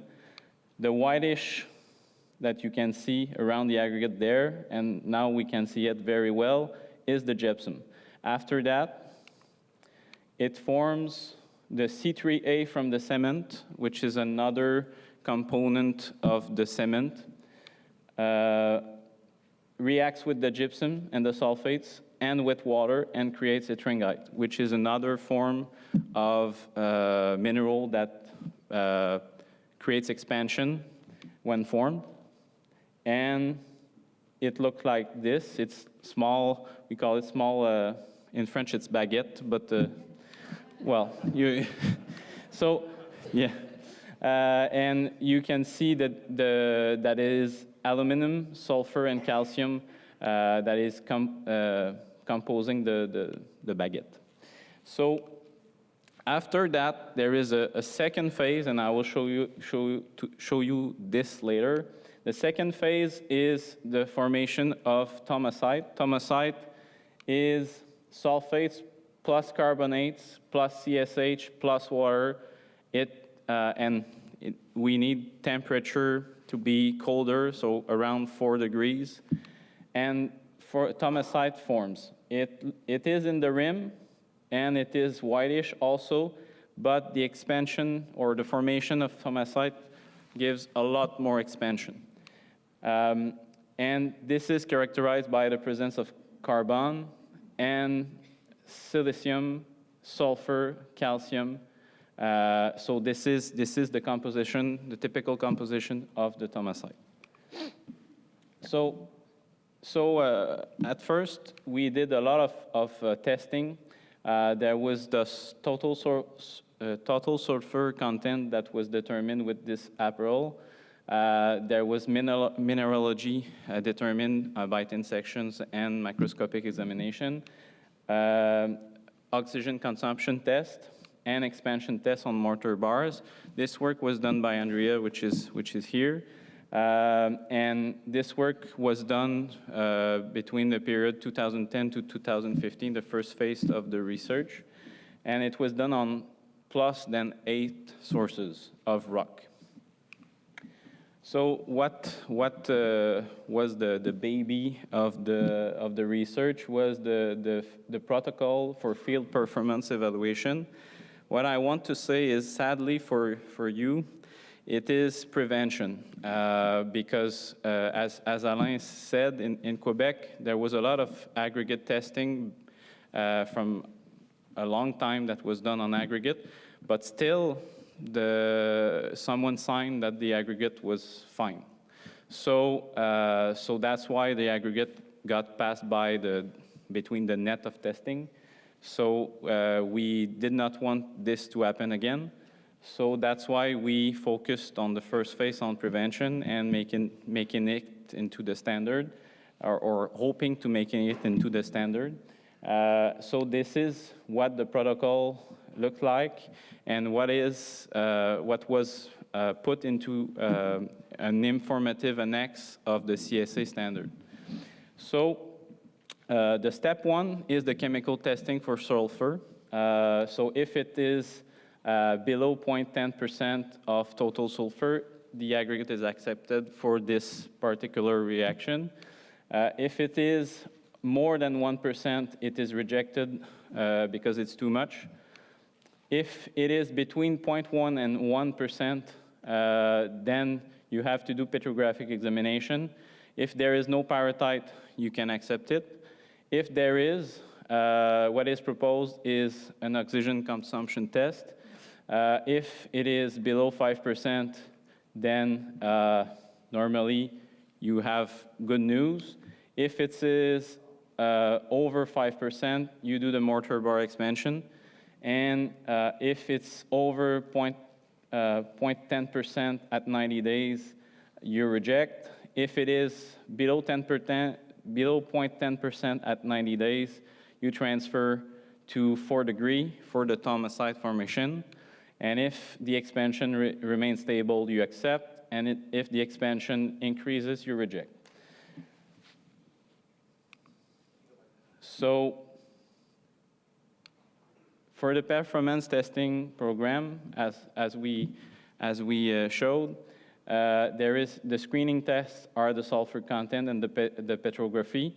So you have example of a rock that is examined over the microscope and the sulfur testing machine. So this is the step that I showed you just earlier.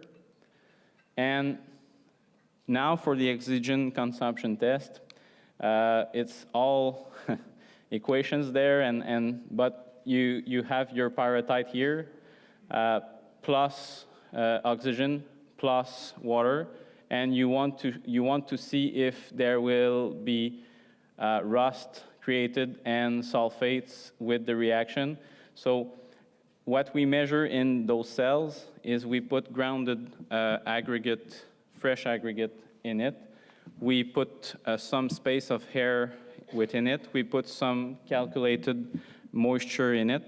And we monitor with sensors the oxygen that is consumed while we test it over a 3-hour period.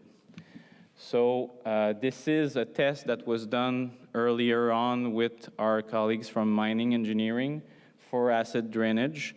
So what Andrea did is just adapt the test to the aggregate industry.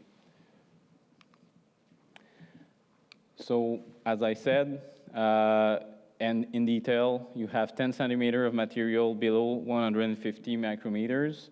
You have 10 centimeter overhead of air, and you have 40% saturation with water within the cell.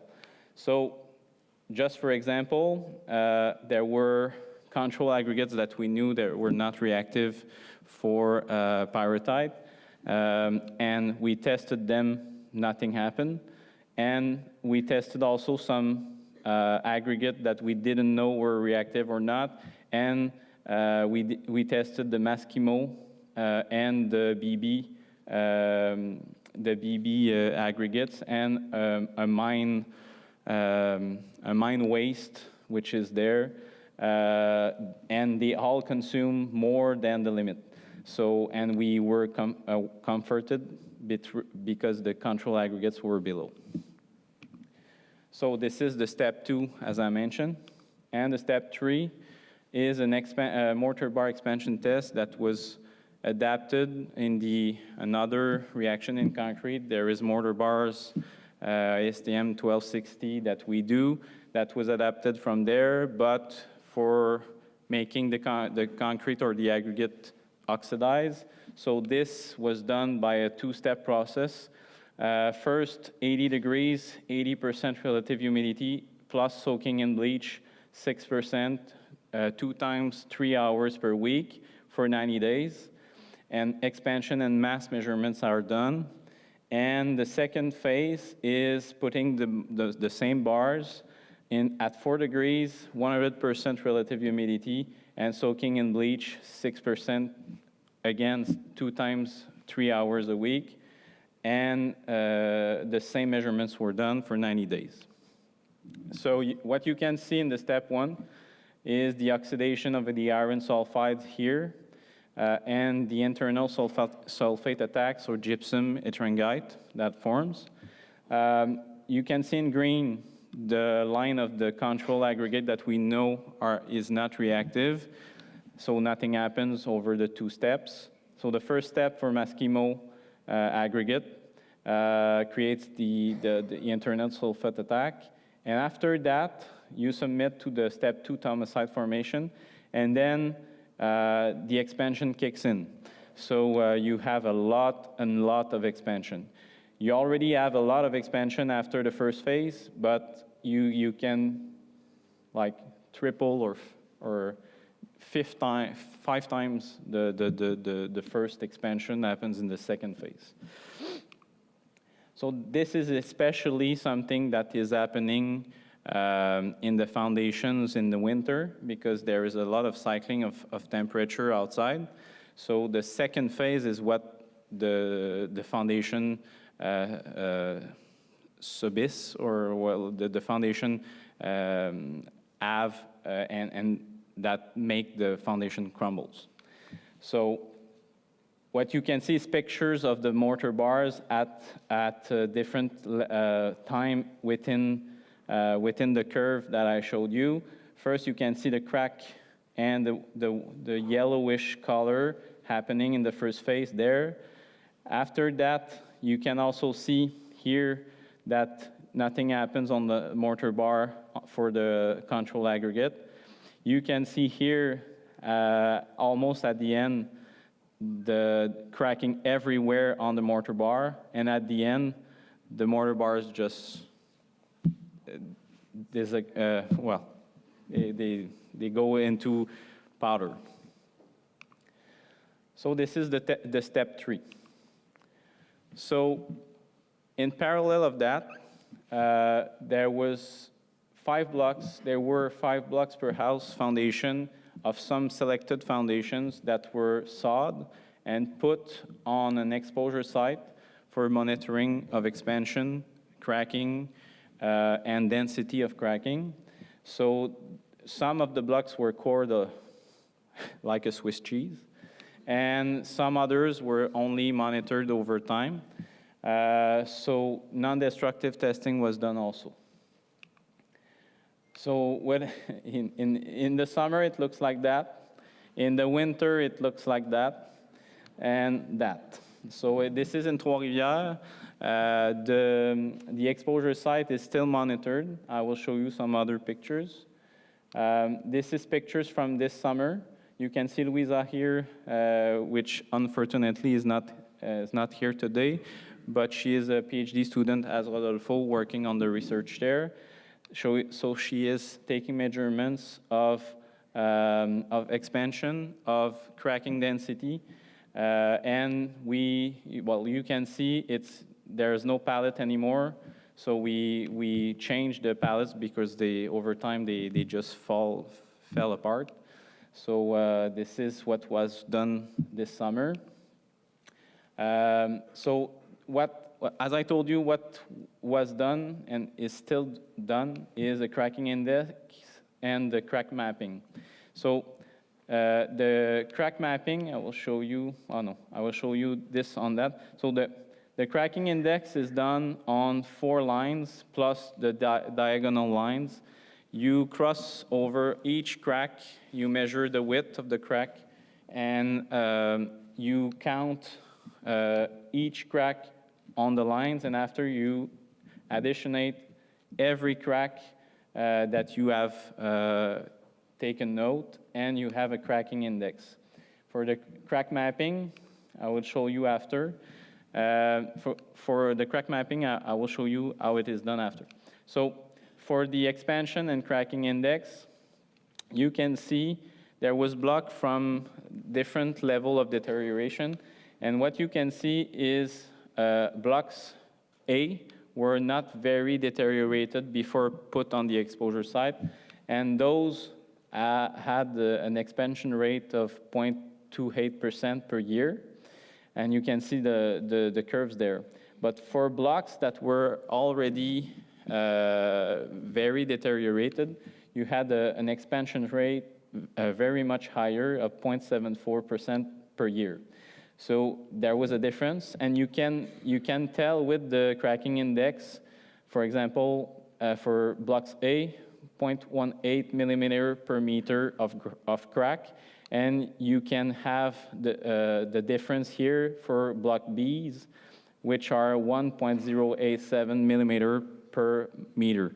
So what was interesting with that is to monitor them year over year to see what was the difference between and what were the expansion rates of the blocks over the year following their deterioration at start. Now for the cracking density, each year when we were doing the expansion measurements and the cracking index, we were also drawing on the same square, we were drawing the cracks that extended or the cracks that newly formed within the year. So we were drawing on an acetate, I don't know if it's the right word in English, but we were drawing on a transparent plastic film with different colors. And after we were using the ArcGIS software, and we were drawing on the computer the cracks each year. So I will show you. So for example, at first year, we had this, and we had this density of cracking. So after that,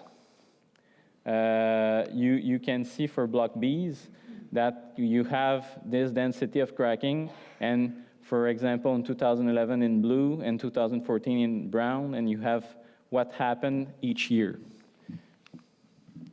So more than that, in parallel, there was also relative humidity measurements that were done in foundations, chemical composition for sulfur content in the aggregate, and damage assessment for physical, mechanical microstructure that were done on foundations from Quebec region. Just to show you something, I've shown that to other people in the past days, but the total sulfur content and the variability between cores from a same foundation on a specific test can vary a lot. We call it a pipette effect or the nugget effect in geology.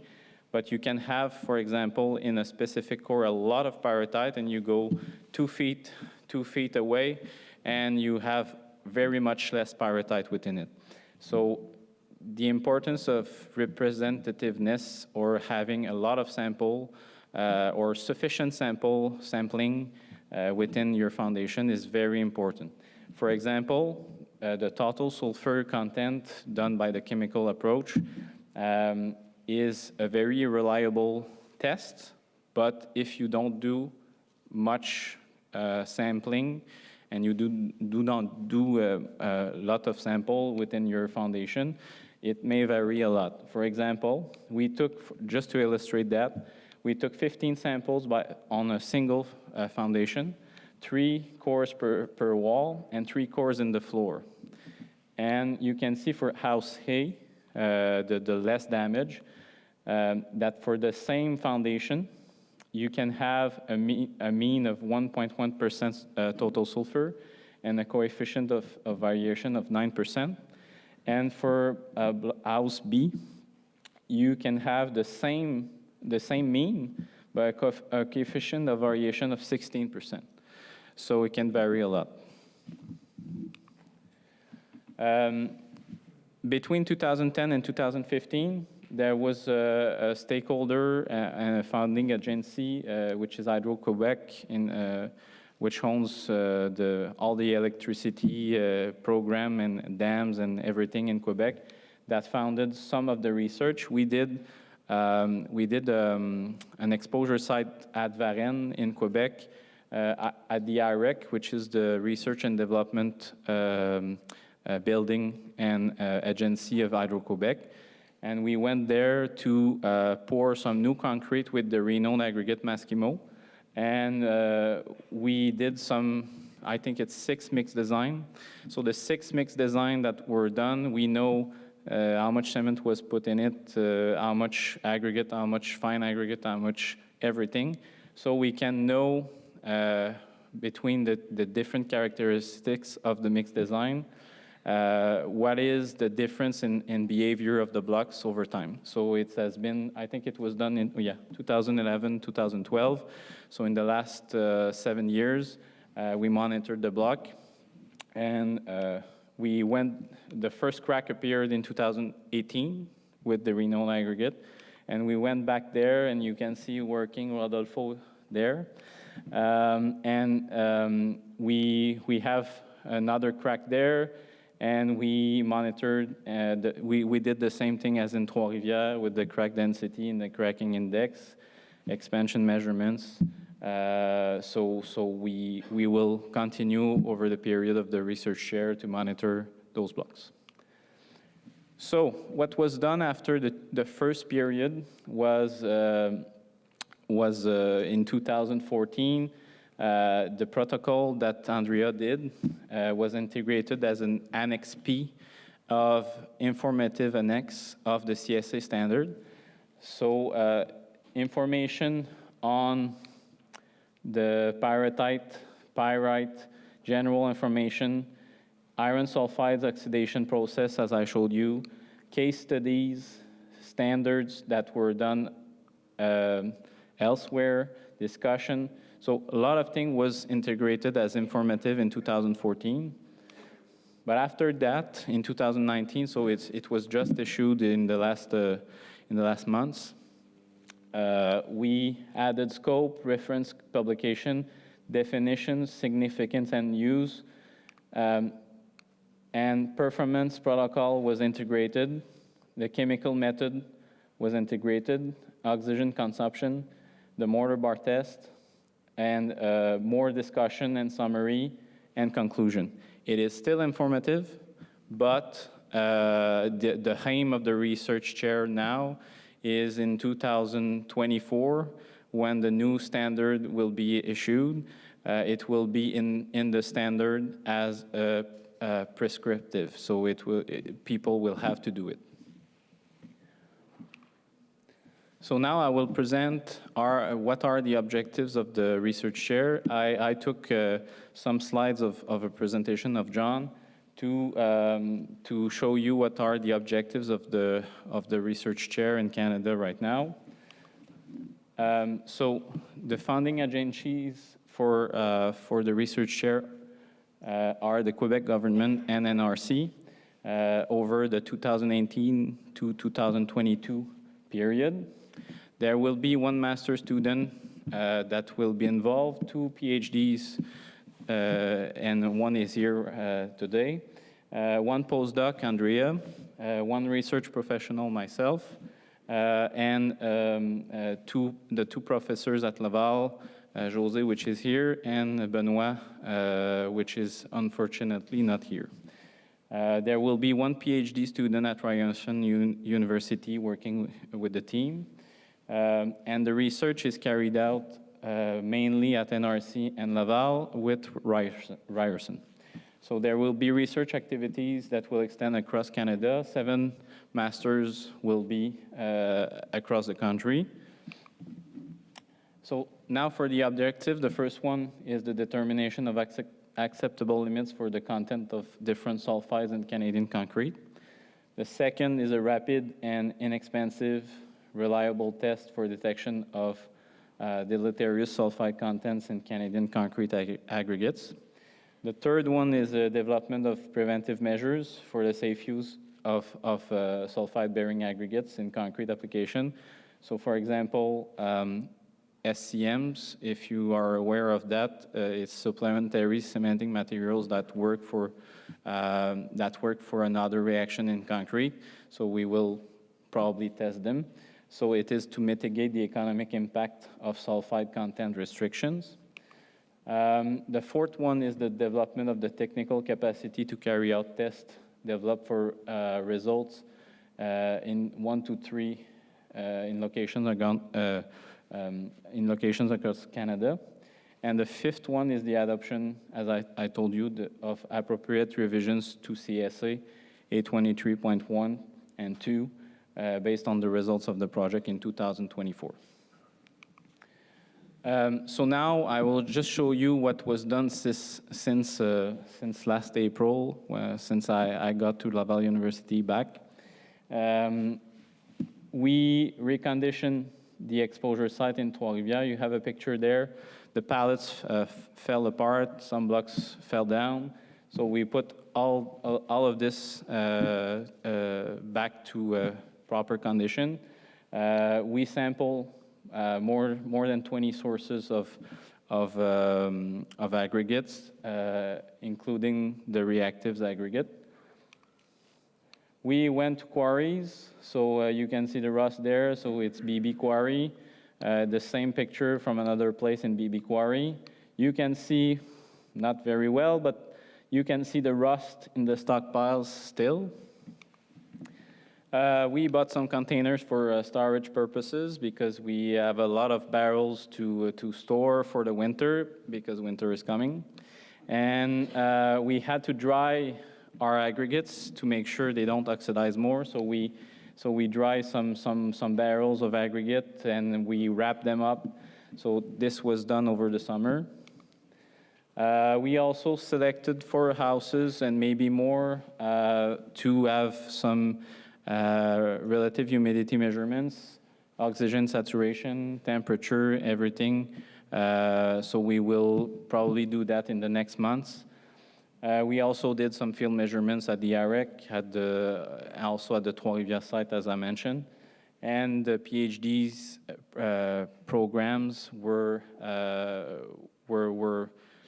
determined. So testing and the overall program was determined over the summer.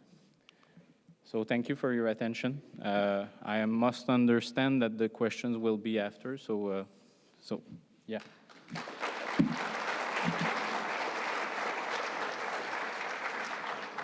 Ladies and gentlemen, I see my next guests are eager to get up here. Ladies and gentlemen, my next guests are experts of the mineral peritite and bring extensive knowledge and understanding to the table. They have years of experience, and when they're not teaching at Trinity College, they're crushing samples and testing. Here today to talk about the data they've collected and share their knowledge on the issue, please give a warm welcome for Dr. Christoph Geis and Dr. Jonathan Gorley.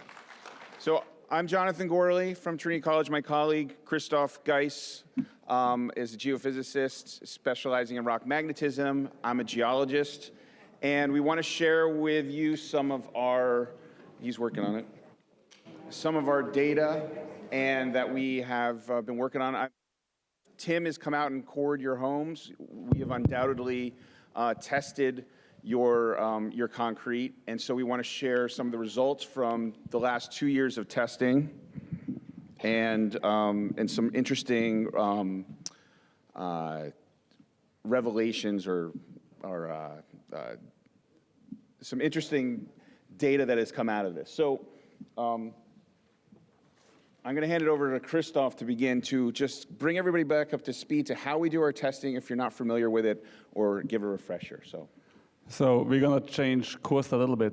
We're following up on what Laval has been doing already. I want to focus a little bit on different things. But first, if you look at our tests, we do 2 tests. We do a magnetic test and we do a chemical test. And if I can, yeah, look at that. And the magnetic test is the one that came to my mind right away because I'm a geophysicist. And what we do is we measure how magnetic the sample is as we heat it from room temperature all the way to 700 degrees Celsius, which is about 1400 degrees Fahrenheit or so. And we actually follow around how the magnetic properties change, and it starts out over here. So this over here is a peritite-free sample. If we measure your house like this, you can be very happy. We start out over here, and the magnetic susceptibility stays about the same. It goes up and down a little bit. But then the big thing is it drops dramatically at about 580 degrees Celsius. And that means that the only magnetic mineral in your concrete sample is magnetite.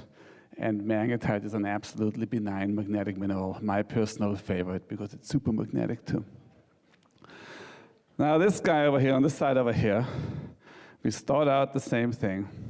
Not much happens, and around about 200 degrees, 220 degrees, we see a little bump, a little increase in the magnetic properties, and it increases even more, and at around 325 degrees, the magnetic susceptibility drops because at that temperature, peritite becomes non-magnetic. So we call this one over here the elephant of Missouri. Yeah. And then as you heat it up, further up, some of the iron in the sample turns into magnetite again, and at 580, everything is over. So this is one test, and what we really do is we look at how much the magnetic susceptibility changes over this period over here, between this peak over here and this baseline over here. And when you do that, you can see that the bigger that drop is. So over here is the height of that, or the amount of drop we get. And over here we had a few synthetic calibration standards. And you see the more pyrrhotite we put into our samples, the bigger that drop gets. So the bigger that magnetic signal is, the more pyrrhotite is in your sample. The second thing we're going to do is we do a chemical test where we just measure total sulfur, which is shown over here on this axis over here. Down here, we show our estimate of how much pyrrhotite is in the sample based on the magnetics. And over here, we show you how much sulfur you have in your sample. And since pyrrhotite is an iron sulfide mineral, it has iron and sulfur, those two should correlate. If one goes up, the other one should go up too. And you'll see this actually works quite well. It is not a perfect straight line. It shouldn't be a perfect straight line because there are other sulfur-bearing minerals in your samples too. For example, all those byproducts that we just learned about that ultimately destroy the concrete.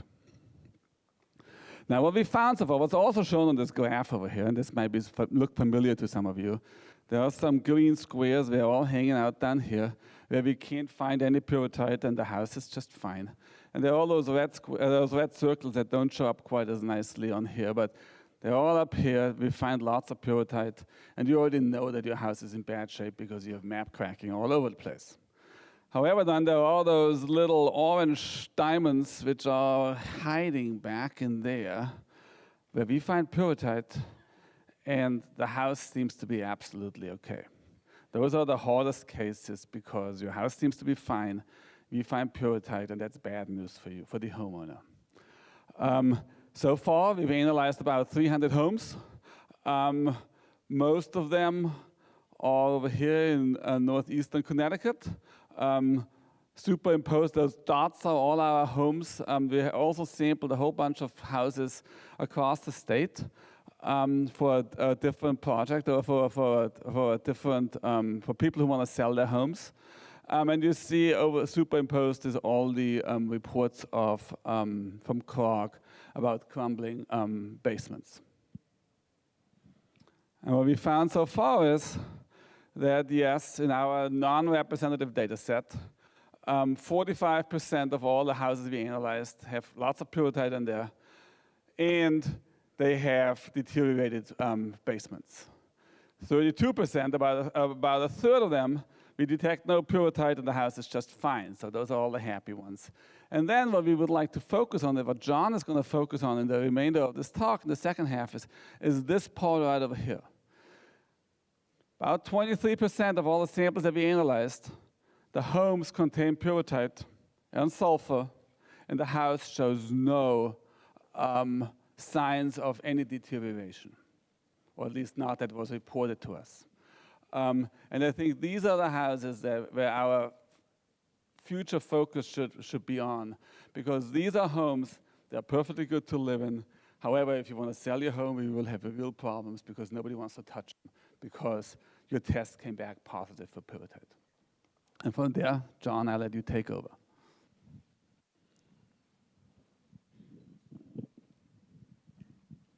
So this is back to the original graph of all of the data of all the different ways we've classified.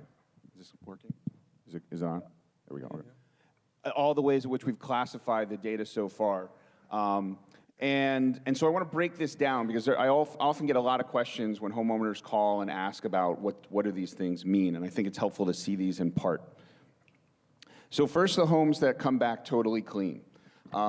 Many people, there's a misconception by some people that all homes, all aggregate, all rocks contain pyrrhotite, and that's just not true based on what we've observed so far. The magnetic susceptibility test is very sensitive, and if there is pyrrhotite in the sample, it will find it. And so all of those values are hanging out right on the 0 x-axis for magnetic susceptibility, but you'll notice there's a range in sulfur values. And that's because even clean concrete has a range of sulfur. Cement has sulfur minerals in it inherently. And we took a look at all of our sulfur values for clean concrete and made this histogram, which shows sulfur values on the x-axis and the frequency on the y-axis. And it has this nice bell-shaped curve where the average sulfur for clean concrete is around 0.14. And from talking to our friends in Canada and in the literature, this is very typical in terms of the amount of sulfur that is in concrete minus any pyrrhotite. And this value has held true fairly consistently throughout our testing. We initially only had a few samples that were clean when we started, and we've gone up to now 177 cores, half of which is about the number of houses. And the 0.14 is held steady in terms of what clean concrete. But there is a range. So it could be as low as 0.8, it could be as high as a little above 0.2, but those are definitely the exceptions.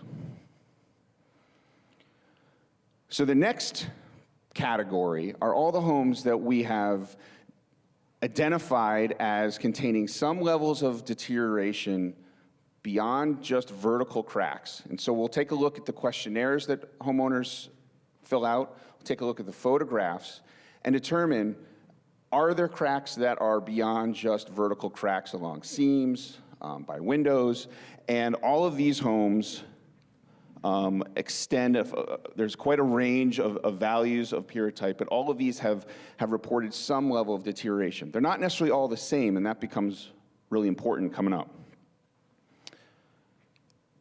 And there are a few homes that are just off the x-axis for magnetic susceptibility that we call a trace, because no home that has reported any signs of suspicious deterioration have come back that low. So there is a little gap between 0 and the first signs of deterioration, and that's what we classify as a trace. And there is a very small percentage of homes that do have a trace, and they tend to honestly be homes that are outside of the towns that have an issue. There's going to be trace levels of pyrrhotite found in various places throughout Connecticut and other parts of New England probably. So the third category, again, as Christoph alluded to, is this what is similar probably to the gray zone homes that are in Canada. These are the homes that are very low concentration in general, not all. I mean, there are some homes that are orange diamonds here that are actually quite high. But in general, most of these homes are lower in concentration of pyrrhotite and don't show any signs of deterioration. And everyone wants to know what's going to happen to those homes. Some might have signs of deterioration in the future, some might not. And it would be really great to be able to figure out, there's a way to figure out if there are homes, if they're going to deteriorate or not. And based on all of the range of different possible scenarios in which any particular house can either show signs of deterioration or not, it makes it, of course, very complicated. It's not just the amount of pyrrhotite, but the amount of pyrrhotite, I think, does matter. So these are these homes that are pyrrhotite present, but no concrete deterioration reported. And you can see most of them cluster down here, and there are a few that extend upward. So, and this is the cool part, I think. I wanted to go back and look at all of the homes that we had tested over the last couple of years. I wanted a new set of eyes, and one of my students, Farhan, is here right now, and I had him go back and look at all of the photographs, and all of the reports of the questionnaires that we gave homeowners and said, can you tell me where map cracking starts here? So go back and look at all these homes that we have said have some signs of deterioration, but I want to know where map cracking happens. You know, this map cracking that we've talked about a lot today. Because in some cases, I know that we classified them as having some signs of deterioration, but it was more ambiguous or conspicuous, not necessarily full-blown map cracking. And sure enough, there was a point at which, as magnetic susceptibility goes, I had them sort everything by the magnetic susceptibility values, and as magnetic susceptibility goes up, there was a point at which now I'm seeing map cracking, and everything beyond that is map cracking. But before that, at lower concentrations, not so much. It's ambiguous. And so everything to the left of this blue line, which is probably not as sharp as it was actually drawn, there's probably a slight range here, but ambiguous cracking, To the left of that, obvious map cracking observed to the right of that. Then, look at all those orange diamond homes and see where they fell. And it turns out most of the homes that are pyrrhotite positive but show no signs of deterioration actually fall on the left side of that ambiguous side. Now, that doesn't mean that some of these homes won't turn into map cracking eventually, but it's encouraging to know that there's a separation between homes that have clear signs of deterioration and ones that don't. And statistically, there are probably rigorous ways one could say, you know what? These homes that are low concentration and the other sets of conditions for that particular home could be considered less risky. And if there's a way that we can establish probability to these houses and then extend it a little further to risk, then there may be a way and a path forward for some of these homes, especially the ones that are showing no signs and may never, could actually be insured. And so one thing that we're really trying to advocate for is that there is good data here that is showing statistical separation, and that if we can push it a little further and come up with a rigorous statistical model for this, that there may be a way to help homes maintain their value, be insured, and that we can hopefully have towns not losing out on money, and that we can actually help not just the homes that need to be fixed, because we know all of those homes need to be fixed that have the problem, but the growing problem of homes that are pyrrhotite positive can't sell their house is the next problem coming down the road. Oh, I'm dead. Oh. Unfortunately, I'm a geophysicist and John is a geologist. We're not statisticians, but there got to be people out there who figure this out. Right now, we're collecting a lot of data, and we share it happily with anybody who wants it. And hopefully somebody figures out what the risk is if your home has pyrrhotite and it looks perfectly fine. And that's what we have for today. Thank you. I think I did see Joe Courtney in the house. And then we have Senator Anwar after Joe's going to say a few words. And you'll have to excuse me. I got a real sore throat. And I'm going to cut this down real short. August 2015, Mr. Joe Courtney visited my home when nobody else would return my call, and he's still here today. And I'm proud and honored and privileged to have him here today. And I'd like to introduce, and please give a warm welcome to Congressman Joe Courtney.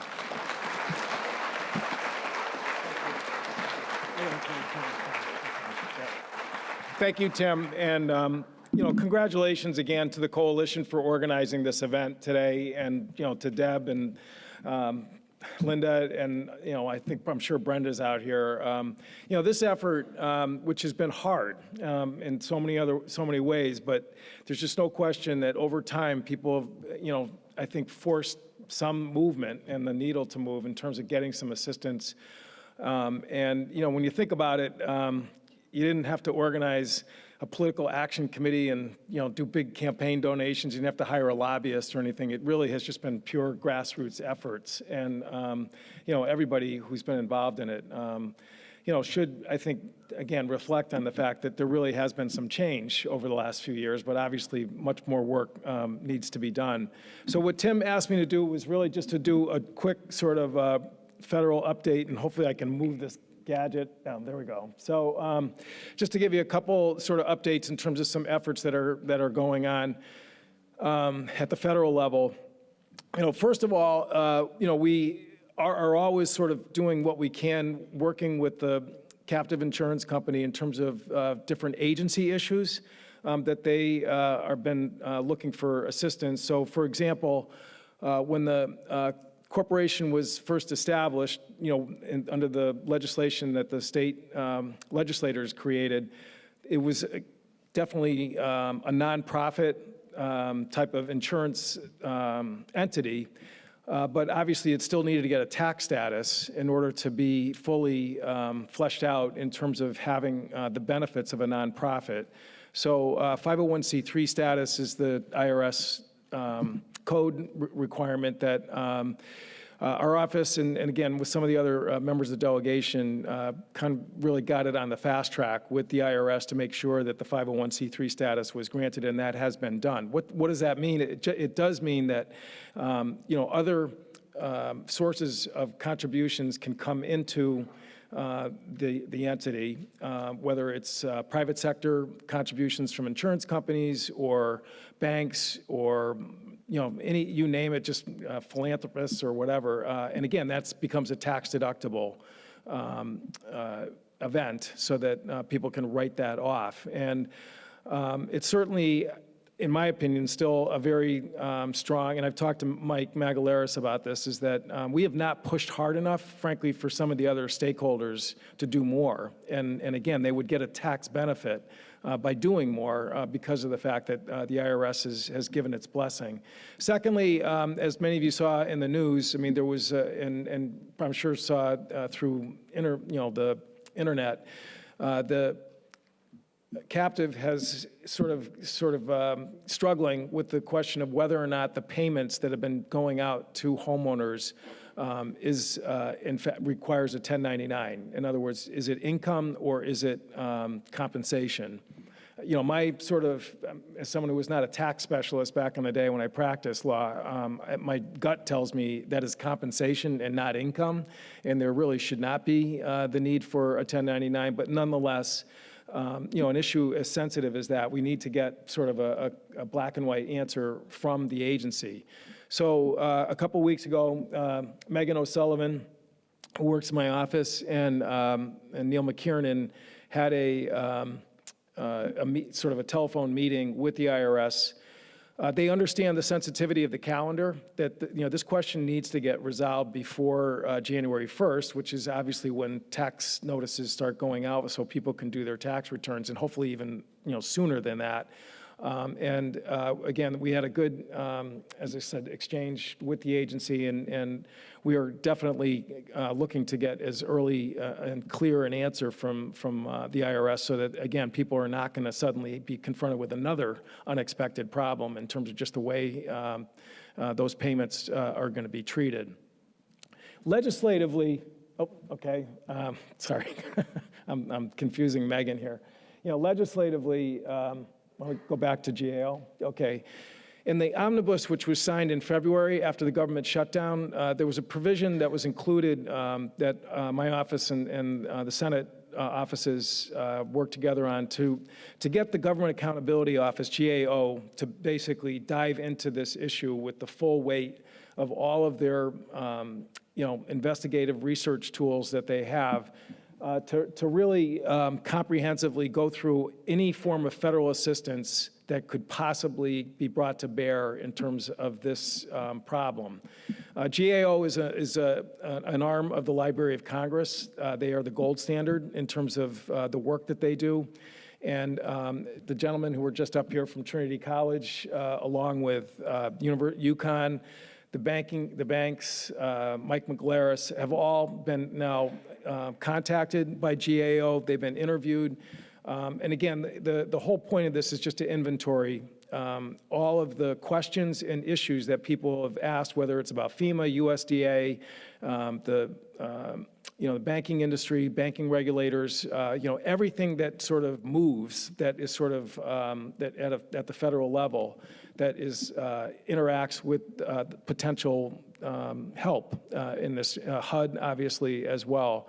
So as I said, that was back in February that was enacted, and I have to say, I mean, I've been hearing about it spontaneously from people that they've actually been getting the calls. I was with the Connecticut Association of Realtors a couple days ago, and GAO has pinged them, and they, again, are doing everything they can to just get as comprehensive an analysis of this problem. They're very good. They don't move, we're not going to get a report next week. It's going to take a little while, but frankly, that's still in my, it'll be reasonably soon. And frankly, it'll be a good roadmap for not just the delegation, but I think also for the state of Connecticut, because a lot of agencies interact with the federal government in terms of different block grants, and having GAO sort of lay out, as I said, a roadmap, I think is going to bring a lot more clarity to this issue moving forward. So, that, again, as I said, was in the last omnibus that was passed. The next, whoops. Okay.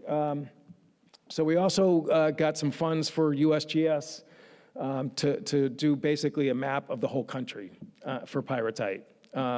Because the more we can nationalize this discussion and broaden the discussion, frankly, the more political momentum I think you can get at a national level. And that, I think, is actually getting pretty close to completion. February? Okay. And and they actually were very, eager to help us with that as well. As far as the discussions that we've been hearing today from Canada, Trinity, and others, I think we're sort of in the next frontier of trying to really better understand the science that surrounds this whole issue.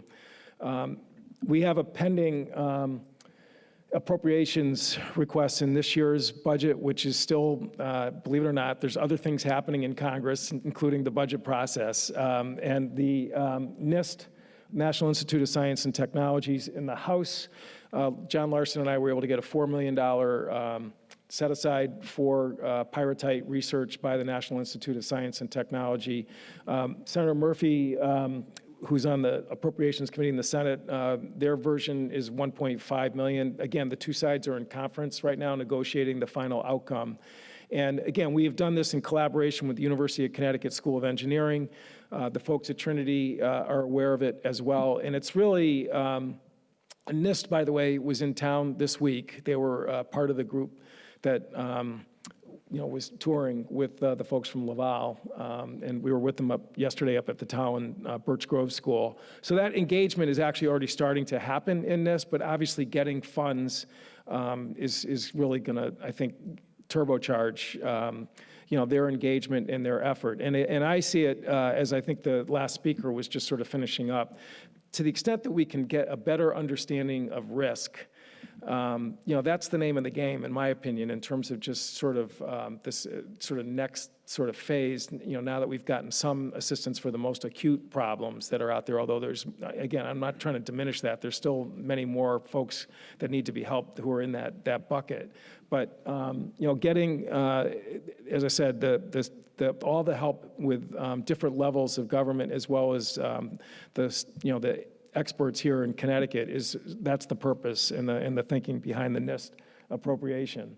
In terms of tax issues that are still pending, the mortgage debt forgiveness, this is something that Brenda Draghi has been very persistent and diligent in terms of paying me. Again, this is the tax provision that has been in the law since the 2008 real estate collapse, which basically allowed people not to get taxed as income if their mortgage was forgiven in a short sale. Okay, so in other words, boilerplate IRS law says that if you sell your house in a short sale, in other words, the bank forgives, X amount of money, that's treated as taxable income. After the 2008 collapse, we were able to get them to waive that or suspend that ruling so that it's not treated as income. That expired, as the slide says, on December 31st, 2017. It's actually a bipartisan amendment. Myself, Tom Reed from New York, who's on the Ways and Means Committee, Larson's been helping out on it as well, is to re-extend that. And it is in the Ways and Means Committee tax extenders bill, which was reported out of committee, which is in negotiation with the Senate right now. There will be a tax extenders bill. There's a host of issues that, and I won't go through them all this morning or this afternoon, but it's a bill that has legs, and it will be bipartisan.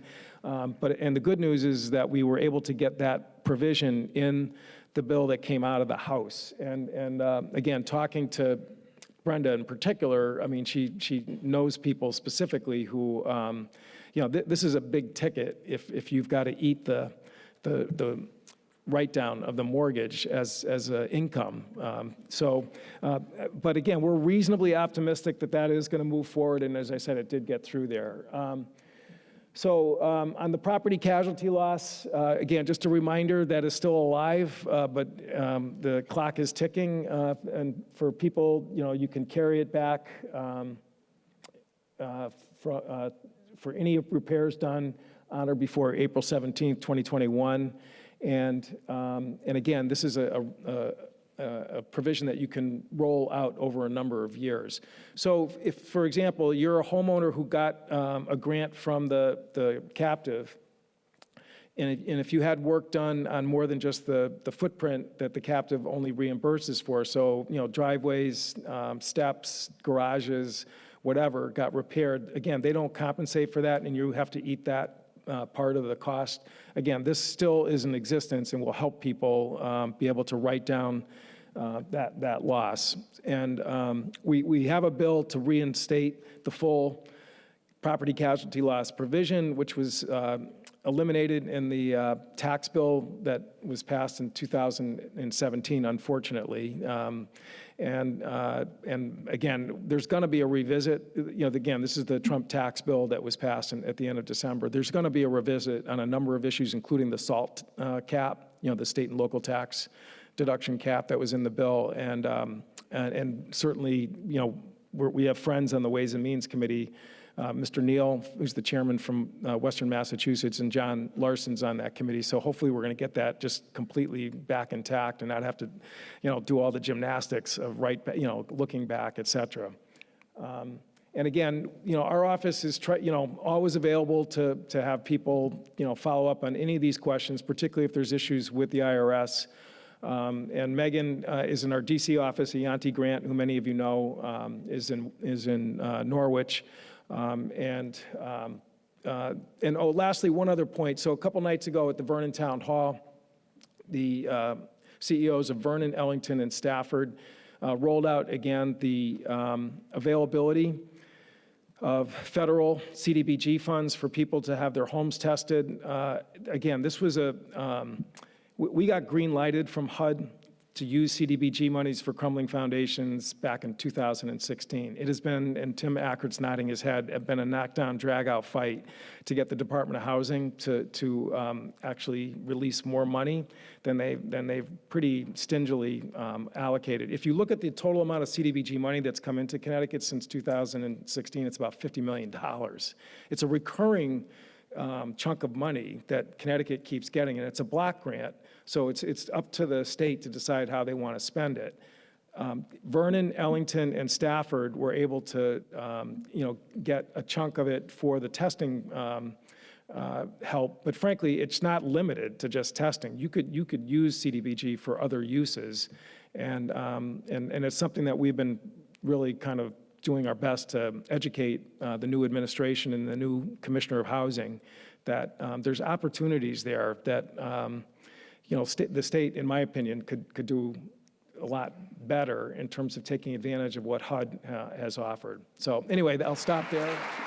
Just have one more speaker who just wants to talk briefly about the Corey standard testing.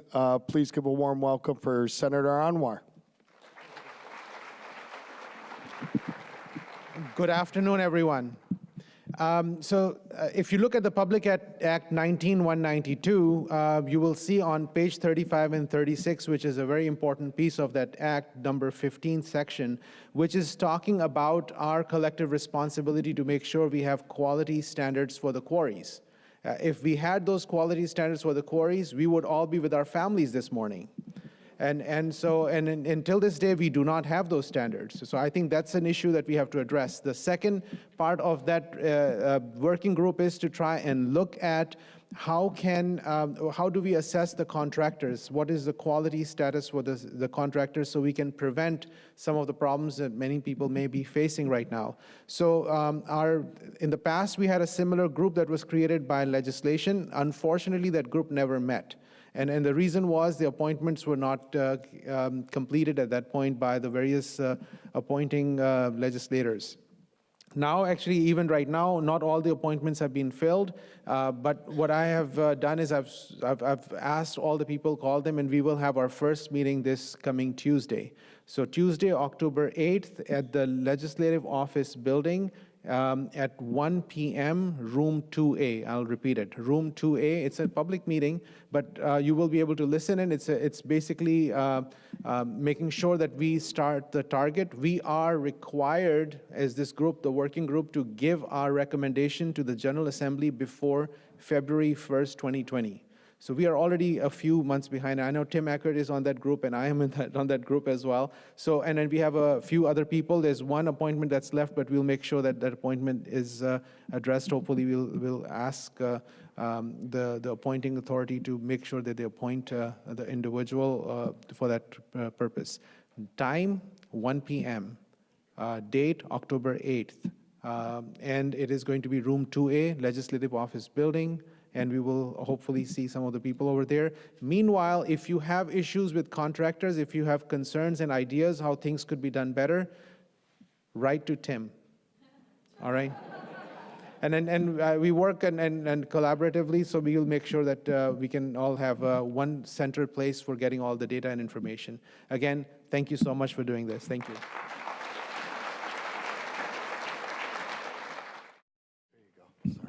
Hi, thanks. I'm just far more interested in quarry testing because, as some British researcher said, the next pyrotype might not be pyrrhotite. So what are the obstacles to testing the materials that go into our houses? It just seems to me it's the most reasonable thing in the world. Why aren't we doing it? Does Canada do it, and how does...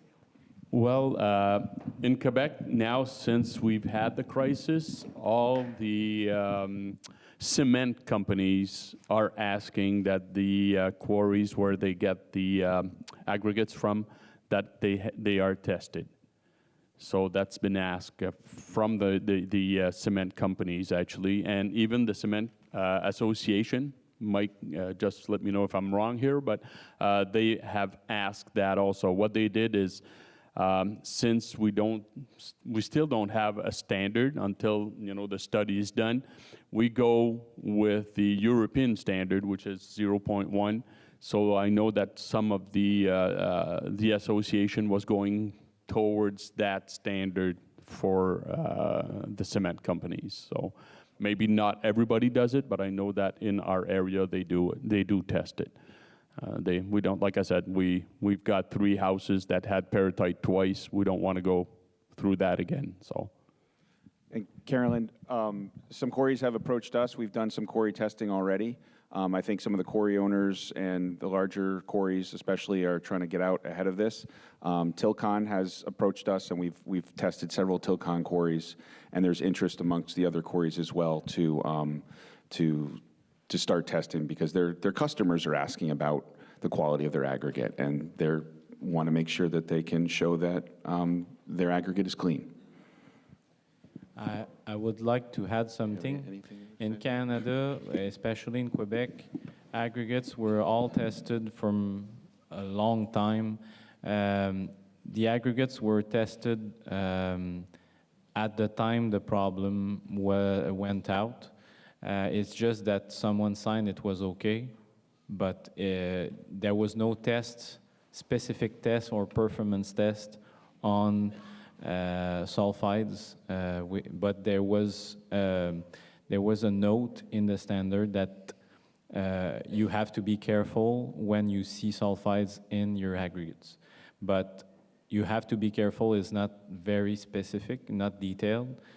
So that's may be the reason it went into concrete. So in the last years, I tested a lot of quarries, and it's a culture in Canada, and the standard requires it for ready-mix plants, that aggregates need to be tested for physical, chemical, petrography, whatever, before going into concrete. And we, as labs, when I was working for a lab, we normally ask the concrete suppliers to submit their aggregate certificates for each stockpile that they use each year. So normally it doesn't supposed to happen, but it happened. But I know, and I heard this morning that in the U.S. it's probably not the case in every state, but I think there is some quality testing done in some states, but I think it's a culture that need to be, and what blocks, it's probably, it's the same in Quebec. If you ask the contractors and you ask the ready-mix plants to submit their certificate, they have to pay for it. They have to pay independent agencies to do the testing, and they don't want to pay. But if you require them to pay, well, they put that in their cost, and then you are sure, or mostly sure, that what is poured in whatever is okay. Thank you. I do have a quick question for you. Just 1 second. How often does the University of Laval test quarries? We don't test much. Do you know? It's independent agencies or engineering firms that do. Okay. All right. Thank you. Oh, that's loud. Hi. My neighbor had their core samples done, and it came back that the peritite had already reacted. They have no signs of cracking. What does that mean, and can it react again? That's a great question. Who wants to touch that one? I actually missed the question, so I was. Who repeated? And I didn't see it was asked, so could you? The core sample came back and showed that the peritite had already reacted, and there was no explanation as to what that means. Could it react again? So I guess the question, and it sounds like it was done petrographically, and it sounds like the question that he's asking is his neighbor's house was core tested and it came back petrographically that the peritite was reactive. I think there's a little confusion on the unreactive or the reactive peritite. No, as the way I understand it, the report Came back said that and they were told that it had reacted. So all of it had reacted? I assume so, yes. All of it in the what they were looking at had reacted? All the core samples, yes. So, and there was no signs of deterioration? Correct, and they had about 12% peritite. 12% of the particles contained peritite, probably. It wasn't 12% peritite. I don't know.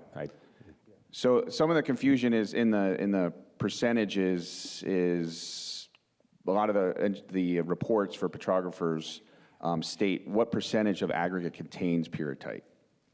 And so those numbers can be as high as 60%, but that's not 60% peritite, it means 60% of the aggregate.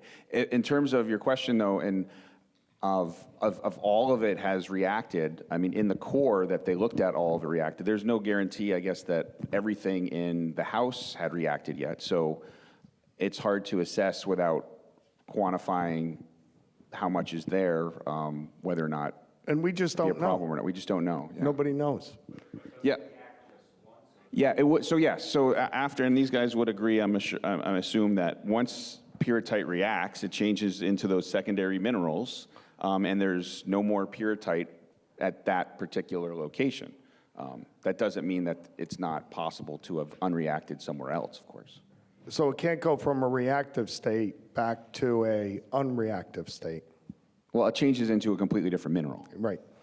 Okay. Anybody else have any questions? Oh, right here. Hold on. I'm not sure if this is for you guys or a contractor, but I think it was Canada mentioned you can live in your house while you're having it done, whereas we're told here we have to move out. Actually, yes, we can live in our houses. I lived in mine while the house was lifted, and Mike lived in his also. Most of the people can live in their houses while the work is being done. So yes, you have those little backhoes and everything underneath your house, breaking all the cement and everything. But yeah, we lived in our houses while the work was done. So Al, I think what we haven't seen here in Connecticut is houses up in the air with those big, long set of stairs. Mm-hmm. We're not seeing that. So that's why that would stop us from living in our house for 3 months. But different contractors are doing it different ways. Not all contractors are lifting the houses completely off the foundation. Some of them are just jacking it up a few inches and then removing it wall by wall. So that's a great question. Yeah, we've seen houses really, lifted up high. So yes, and we've seen people not living in their houses also, especially, I didn't even have steps. I had like a ramp coming down. So, and it was in wood, so it was kind of slippery when it was wet. Even my daughter one day didn't want to come into the house. And of course, when you start moving, I had a dog at the time, so every time he would run around in the house, you could feel the house shaking. And it was, yeah, it's you feel like living on a boat, actually, because the house is moving all the time. So I was kind of, I always made jokes. I tried to take the good side of things. So I told my wife, I says, hey, listen, we're feeling like we're on a cruise right now. We're still in the house. So, but yeah, we saw a lot of people leaving their houses also, especially elderly people. They don't want to go through that. And like I said, at the beginning, we didn't have really good standards for stairs. So people would do it kind of like... Utilities, they're telling us we have to disconnect all the utilities and move out. So how are you keeping your utilities up and running while you're living there? We had temporary connections. Oh, it's not the... So yeah, so we had an electrician come in when the house, he disconnects the electricity while they lift the house, and that takes 1 day, so like 8 hours, and at the end of the day, he reconnects it, and some of them just loosen the cable, and you can still have electricity while they're lifting the house, and they do temporary piping, for the plumbing and washrooms and toilets and all that stuff, and you have your water heater also. I had my water heater hanging down on a wood support there to keep it there, so. Yeah, it's not really fun, and they did my house in the fall, so by November I was kind of in a hurry to get the house back down on the foundation because it was starting to get a little bit cold over there. I got a little bit of snow underneath the house, so it's like, come on guys, hurry up and put it back down. Yes, there's a question over there. Do you have a septic system? No, we have city plumbing, so we don't have. But even we had some houses that had septic, and they do temporary plumbing while the house is up there. They add like maybe 5 or 6 feet more of plumbing so that everything works. And yeah, so yeah, we see a lot of that. Like I say, not a lot of people will move out of their houses. Some do, some don't. I stayed in the house. Probably shouldn't have because it could have been dangerous. My daughter almost fell down of that freaking. Not a step, but yeah, it was more like a slide than anything else. But yeah, because it would have cost me a little bit more money to get out of the house, and I wasn't on warranty, so I only had that $75,000 plan that the government gives us. So I had to find the other $80,000 that it cost me, and like I say, I did a lot of work myself. Just to try to save a little bit on the money, because at a certain point you have so much money you can have, so you try to do as much as you can with that. So that's why I didn't move out of the house, because it would cost me more. I have a question, but given all these circumstances here, we don't have a standard. We don't have a guarantee. We've already had cases where, a repair didn't result in a repair. So a standard, maybe it's scientifically based, but the market standard, can you sell your house, is no pirate, period. Okay, and that's exactly what we all face. So under that circumstances and under the lifting and the disconnecting and the risk, is there any work on an alternate repair method? Other than lifting and totally redoing your foundation? Is there any other work going on there? It seems to me that structural strength can be, obtained without concrete. I don't know about the scientific side of it, but for us right now, the only way to solve the problem is taking all of the concrete that has peritite in it and replacing it by brand new concrete that doesn't have any. Yeah, and that's because even if you try to do something else, like put wood inside or whatever, this concrete is just going to destroy itself and it's going to crumble. Yeah, and that's to add to your point, Al, Representative Curry has some information to provide.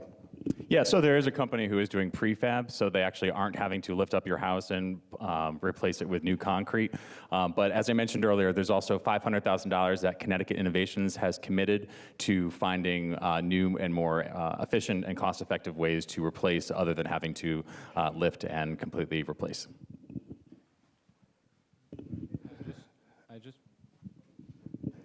Hello? I just wanted to add something on this because a similar reaction in concrete called ASR, alkali silica reaction, has been going on for like 80 years. And for the moment, we can only just delay the reaction or limit the cracking or limit the consequences of the reaction. And just for your information, the pyrrhotite or the oxidation is very much more severe than the alkali silica reaction. So yeah, we should go on maybe limit the consequences or try to delay, but there is not much hope that it would work. So I think the solutions that are currently available are the ones that should be done for the moment. We will probably try in the future as researchers. No, I'm not commenting on Canada's research chair on this, but as researcher internationally, we will probably try it, but I think it is less likely to work. Sure. This question is for Pierre-Luc for Laval. We already have the maps of the sulfite veins for the region, and then we also know the locations of the quarries. Is there a predictability that people have used through that information? And second thing is, if quarries are to be checked, the quarries are pretty large, and it's almost like if somebody has skin cancer and you take a biopsy from a good site, you're not going to have a cancer. You have to look at the location. So how can we assess that? And is there a better way to do it at the time of pouring to assess whether there is pyrrhotite at the time of pouring? Is there, and that way I have so many questions, I'm sorry. But if we can, because that's a predictive model, and the numbers for the quarries would be different than the aggregate and then the final product, because it starts to get diluted. So if you can shed some light on that component and what would be appropriate in each one of those patterns. I will start with the first question. For the locations of the quarries and mapping of where there is pyrrhotite, I'm not aware of anything on this. We have a geological map available, but I don't think they are all very detailed on that specific point. I think there is some effort that may be done. I don't know. I don't really know if there is projects on that. For the moment, I think we do it the reverse way. We test every quarry that supplies aggregate for concrete. So in that way, if a quarry opens, or a new quarry or an existing quarry do supply some aggregate to concrete producers, we test it. So in that way, we can know in the industry, okay, this quarry is borderline, this quarry is good, this quarry is not, and we are aware, but we don't have any mapping yet for that. And if I can just, how often do you guys test for quarries? Yearly, annually? Well, it's yearly. In the standard, if I remember well, it's written each stockpile need to be tested. But usually the concrete producers, they do a big stockpile and you have to do it yearly. Okay. So the concrete producers yearly, the quarries every time they blast a new area of their quarry. Yearly you have to do it. We are aware that some do 2 or 3 blasts per year, but they test it one time. Okay. Tim, if I could add to that too, Absolutely. since working with Tilcon a little bit, those are similar questions that we had too with trying to figure out how this might happen. And I think your point about the cancer biopsy is a good one. How do you know if it's not clean? And we certainly don't certify quarries just by testing them once.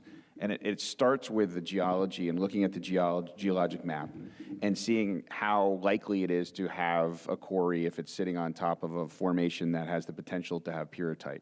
There are not, honestly, that many quarries that fit that bill, except the one that supplied all of these homes. But there are quarries that are potentially close and could have geology that is similar, and quarries do open up and close all the time, and so you have to be careful of that by looking at the geology first. Then, if you start testing quarries on a regular basis, and I think that's an important question for how much quarry material gets processed, and different quarries are going to process different volumes of material. And if a quarry comes back with tests that are clean, and it's coming back regularly clean, and if it's in geology that is not really susceptible to having pyrrhotite, then you probably don't have to test those quarries very often.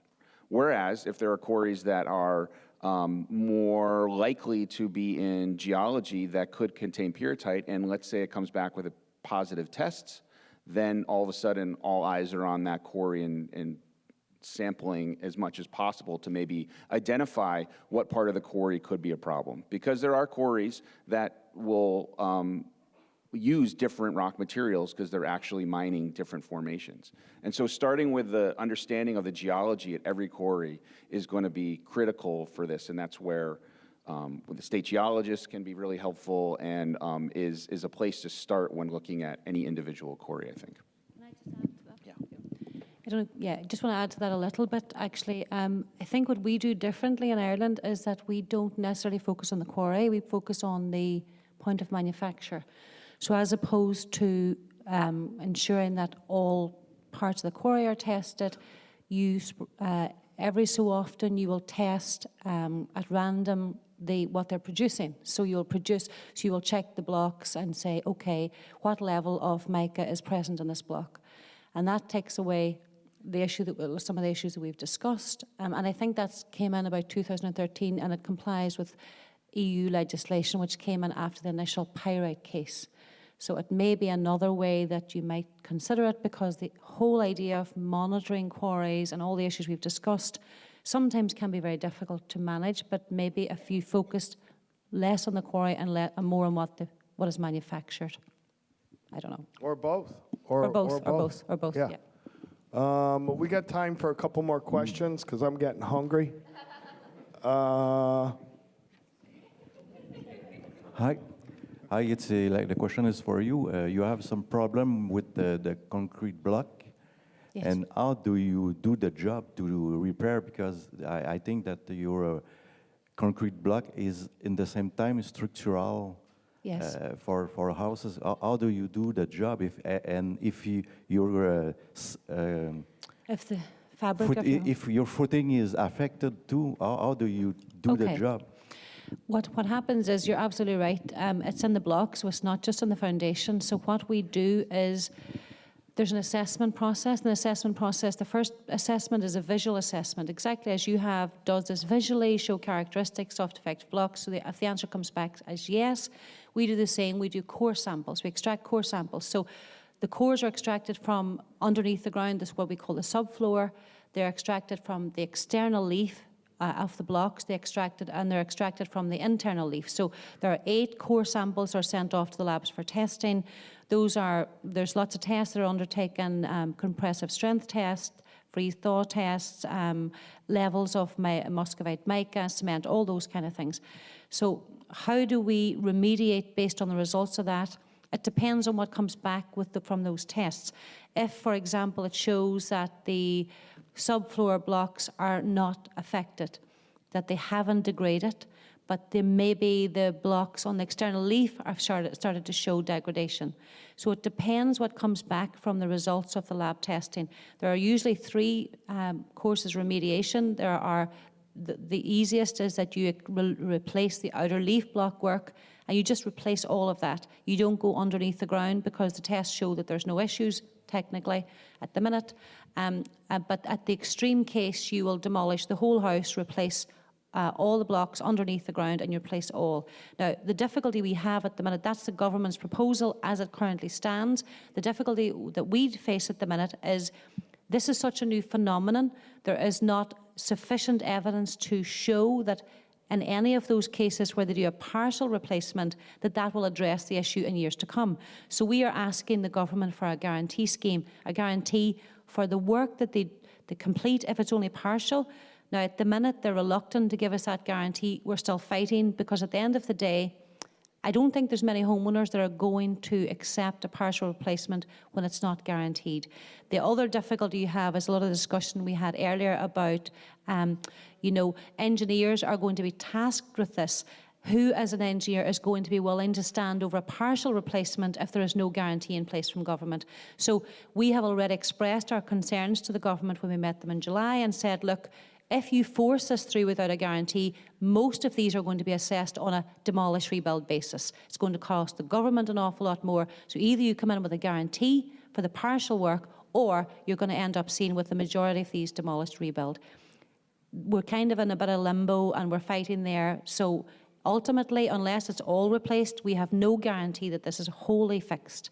That's really where we are at the minute. So it's just a wait and see, I think. Does that answer your question? Yeah.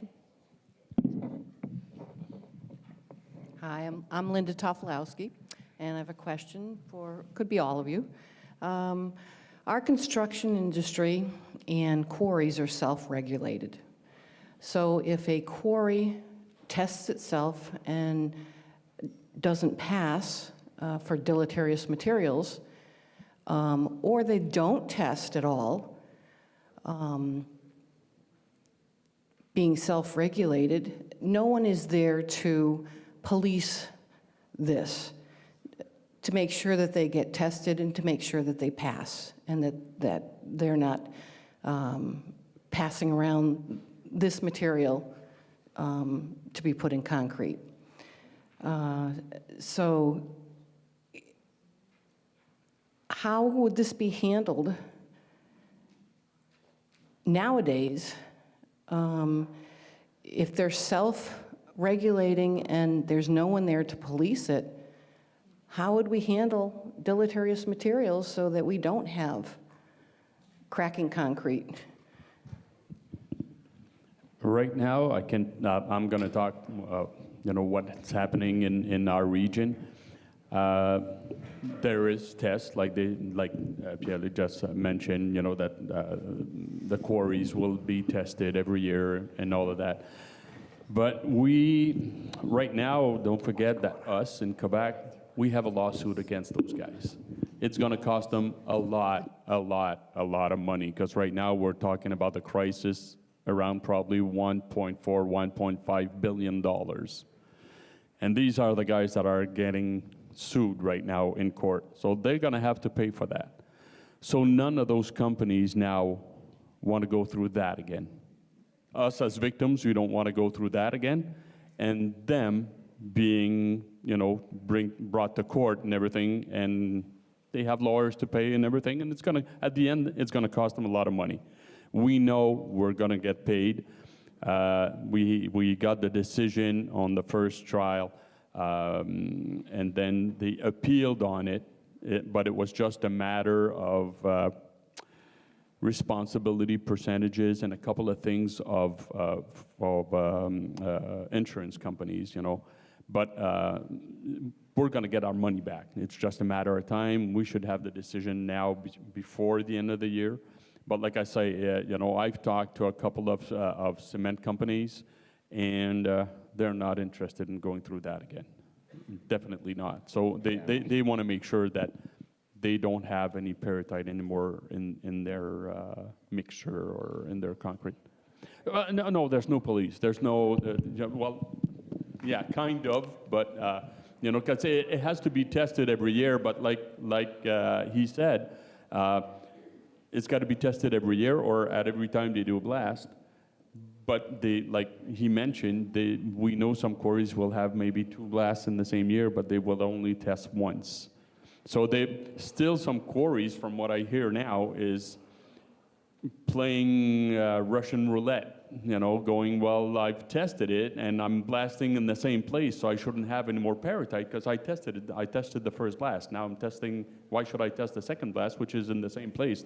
That's probably what they're thinking. Yeah, that's a good. Is it right or not? I don't think so, but yeah, there's no police. You know, well. That's a good point. I think here in Connecticut, and I think Senator Anwar, you know, maybe the solution here in Connecticut is to legislatively mandate these quarries to test every time they blast, because volunteering isn't going to work, Linda. That's just not going to work, so they need to be mandated.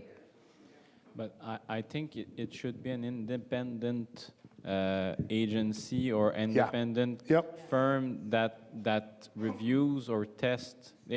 If they self-regulate, they can do whatever they want. So what in Quebec happens is that there is a certification for ready-mix plants, and the certification is done by the BNQ, which is a Bureau de Normalisation du Québec. It's the Quebec Standard Association. It's from the government, and they provide certification of plants.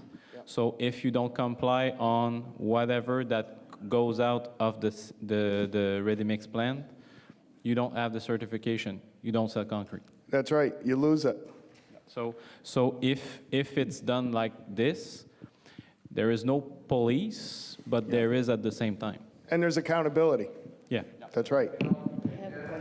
Just real quick, Linda, to answer your question, I worked for 30 years as a QC manager, or my last 20 years was at Tilcon. But to answer Linda's question... I'm sorry, who are you again? Kevin Miller. I'm just kidding. I wanted to give you a hard time, Kevin.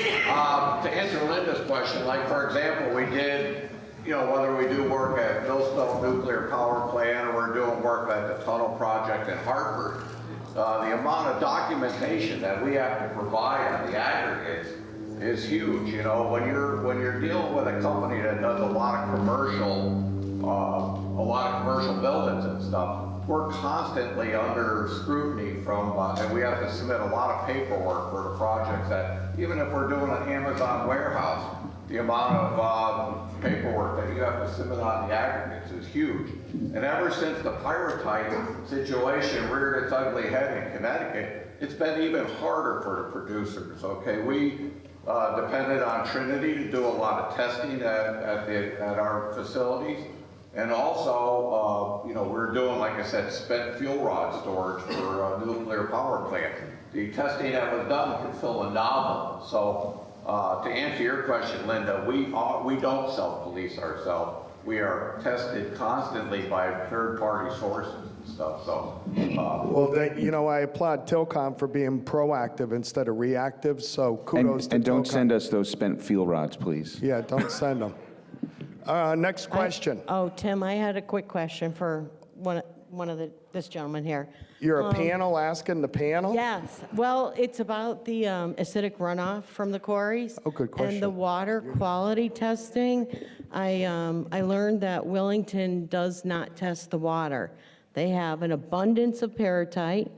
They have stockpiles. They mine it still to this day. They use it for 10 uses. So it's still operational. It's never been closed. I'm aware that your quarries both closed, whereas Becker's quarry is still open.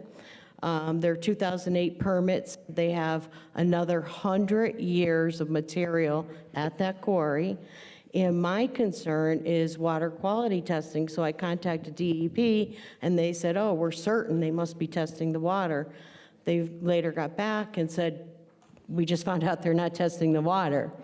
So my question is, it's very close to the watershed.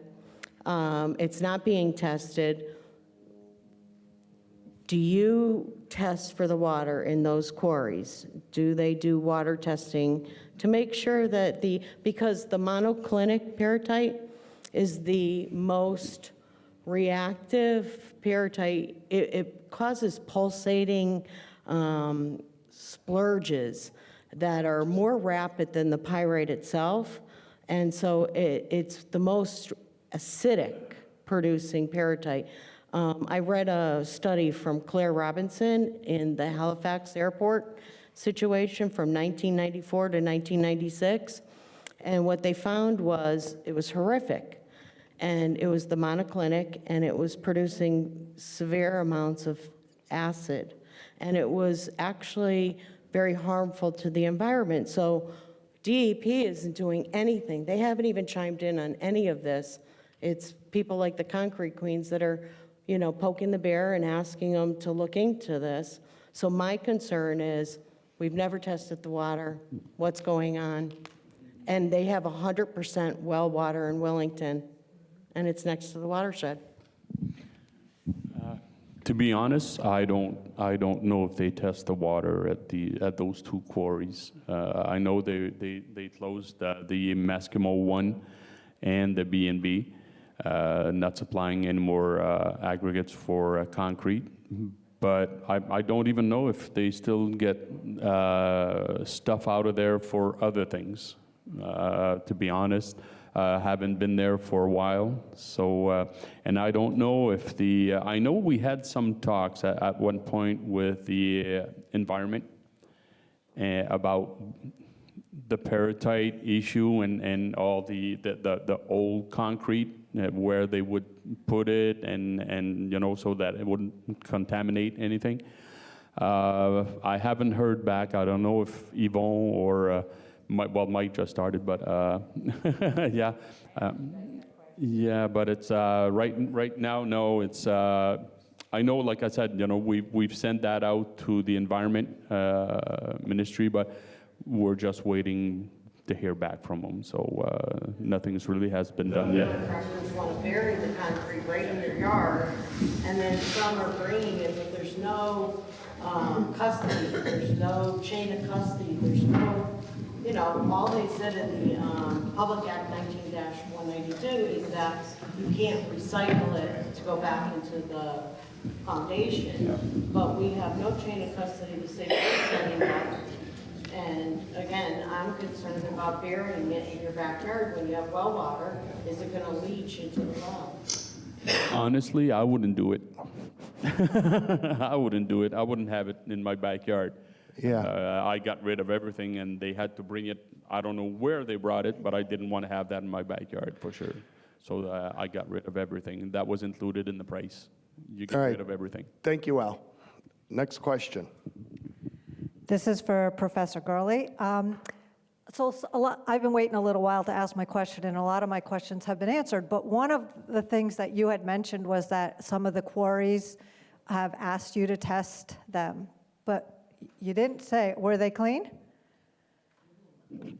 I'm sure Tilcon would like to say that I asked them before if I could talk about it, and they said yes, and yes, they all are clean. They were. All of the quarries we tested were in the basalt trap rock ridges in the Hartford Valley, as well as one quarry that was mining glacial material in southeastern Connecticut in Griswold, which, located on the map, is very close to the bedrock layers of some of the peritite and pyrite bearing rocks. However, the glacial material is material that was deposited from the continental glaciation, sand and gravel on top of the bedrock, not related to the bedrock at all, material that came from further north and bulldozed down to southern Connecticut. And so in all cases, it came back clean, in short, for the samples that we tested. Got it. And when, as a homeowner who's going to have their house lifted and foundation replaced, is there a way for me to make sure that wherever my concrete is being made, it's coming from a quarry that's been clean? I would ask, as a homeowner, your contractor, where is your concrete coming from, and have they been tested? And I think that's the right thing to do, because that will push the quarry owners and the folks that are on the the group that's going to try to hopefully come up with quarry regulations to get this done quickly, because there are plenty of quarries, most in Connecticut, that are going to be just fine. And does the builder have to do that? I mean, if I ask that, does the builder, is that a responsibility of the builder to follow up on that? I think if I would hope that they would want to know that it's coming from a source that is known to be clean. I know I'm going to be getting my concrete from Tilcon. Can I just add just a couple of things, if that's okay? Love to hear from you. Yeah, just I to could add to that. listen to your accent all day. Thank you. Just to add to that sort of question that lady homeowner has asked, we have the same concerns that we go ahead now and we try to fix our homes and that we end up inadvertently getting blocks from the supplier. For example, if we are mandated to take the cheapest quote through because we're getting funded by government, then we are very susceptible to getting contractors who bring in blocks from that company who maybe are selling them cheaper. So what we've asked government, just to answer your question about being forced to take materials that you don't want to or that you want to be sure is, we've asked that we cannot be obliged to take materials from that particular company and that we cannot be expected to take the cheapest quote if one of the contractors are supporting that company. Do you understand what I mean? Because we want to ensure that there's no way this company benefits from the horrific trauma that they have caused. In actual fact, we found that they, in some cases up to this point, have. We found that there's particular schools that are getting replaced, their block work, and that the government are buying the blocks back off the same supplier. Hard to believe, but it's actually happening. So we have gone to them and said, well, if you think that we will buy, or we will be forced to buy our blocks back off that supplier, we will not. So they have accepted that, but it's something that is important that I think to be clear about up front, to ensure that's in the contract with your construction company that are delivering the products to your home, that you want to an absolute assurance that the materials do not come from any of these. So that's what we've done. Oh, thank you. Al, I do have a quick question, and then we got time for a couple more questions because I'm sure we're all getting hungry.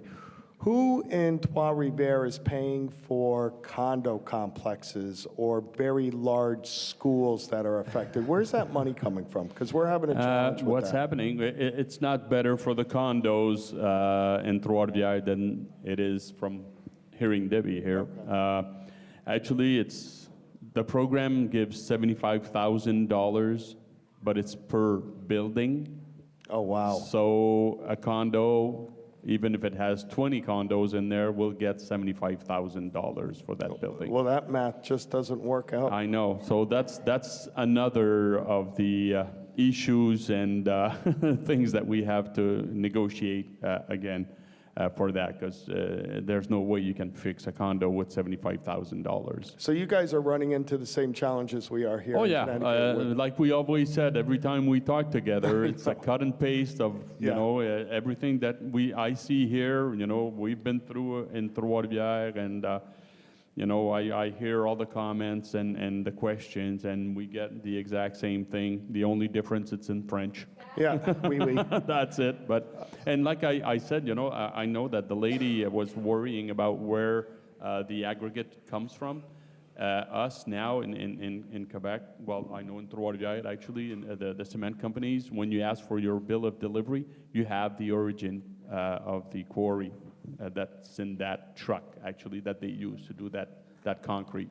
Okay. So we have that. So we ask for, because every truck comes with a bill. Yeah. So we ask for every bill, every delivery that we have. So we have everything on there now. So Okay, I got time for two more questions. One over here. Oh, boy. Your hand up over there. Oh, jeez. All right, you going to bat for her?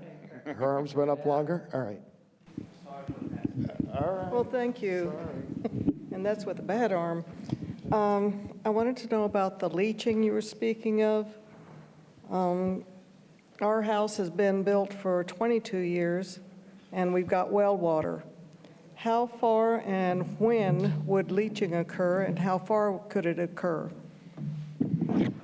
I think I can answer that a little bit. So If there's a problem with acid of pyrrhotite breakdown on site, it would probably have on site at the quarry fairly low pH or high acidity waters that could leach into the groundwater. Fortunately, the soils can act as a buffer for that, and the pH can change quite dramatically. That's not to say that there aren't acid mine drainage issues in some places. As far as I know, and there is a trout management area just downstream in the Willimantic River from Becker's Quarry, as far as I know, there aren't severe superficial water issues in terms of acid, because I think we would have known about that for a long time now. Now, in terms of the groundwater, it is possible that that if you're right next to the quarry and your well is tapping into either fractured aquifer, or fractured rocks, or superficial material, that it could lower the pH, yes. And the easiest thing to do is to get some test strips and test the pH of your well water. And if it's something like 3 or something like that, then you should be concerned. And that's where it might be an issue. I would be surprised if it is getting into the groundwater and causing severe acid issues in well water, but I'm not saying it's not possible, and it's easy to test for as a homeowner. It's in my foundation, leach. No. Well, the thing about the reaction that happens in concrete is that the pyrrhotite reacts with the calcium in the cement and creates secondary minerals. So the acid really isn't leaching out into below the foundation, it's changing into other things, and that's what's causing the cracking. So the cement actually acts as a buffer to that acid to some extent. Now there can be some leaching that happens if there's enough pyrrhotite going on, and Pierre-Luc, if you have some more comments about the reaction, but I would think that the cement itself is helping to some extent buffer the acid that's in there because it's changing to these secondary minerals. Okay.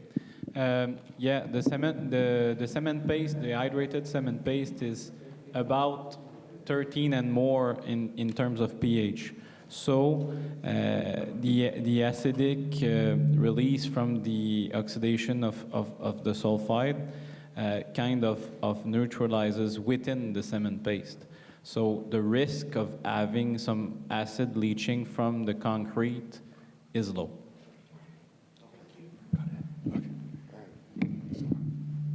Okay, thank you. Last question of the day. Here you go, sir. Hi. I've been involved in the metal finishing industry for many years, and companies will apply coatings to iron to keep it from oxidizing for industry. So my question is, has there ever been any experiments to coat the infected concrete with coatings to mitigate the reaction? I don't believe so.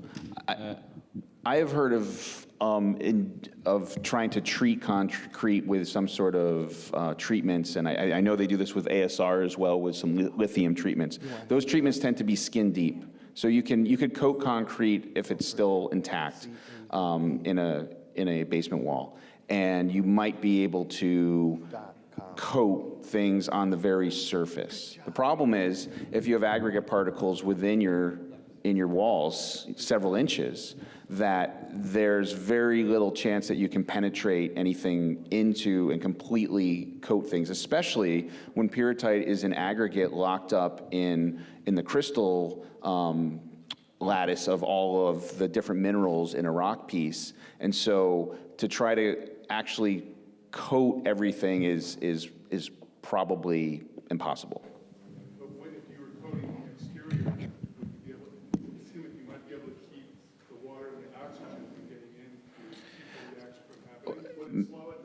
It maybe could retard the problem and make things slow down. The problem is you never, and I've learned this from Kevin Miller actually, you don't want to coat the inside and outside of your house. You don't want to wear a raincoat on a summer day because you're going to sweat from the inside out, and there's plenty of ways to get water into the foundation other than the exterior walls. I mean, we run dehumidifiers in the summer. There is water in the air that is moving through our concrete, even in the absence of not having just direct water contact. contact. So yes, it is, might be possible to slow things down, but it's anyone's guess on how long that is. I'm just going to answer this not from a geological perspective, but I know that in Ireland we have had a number of engineers have proposed solutions, just as you suggest, where they have an outer skin that they're put onto the wall to try and. So I don't know if they were trying to fix the problem, but certainly it has had virtually no impact. It has had no benefit. It may slow it down marginally, but the experience we've had is probably a waste of money. That's our experience. Tim, I just wanted to say something that will tie. October 2016, we had this symposium. And at the time, we had 338 DCP complaints and 322 insurance claims.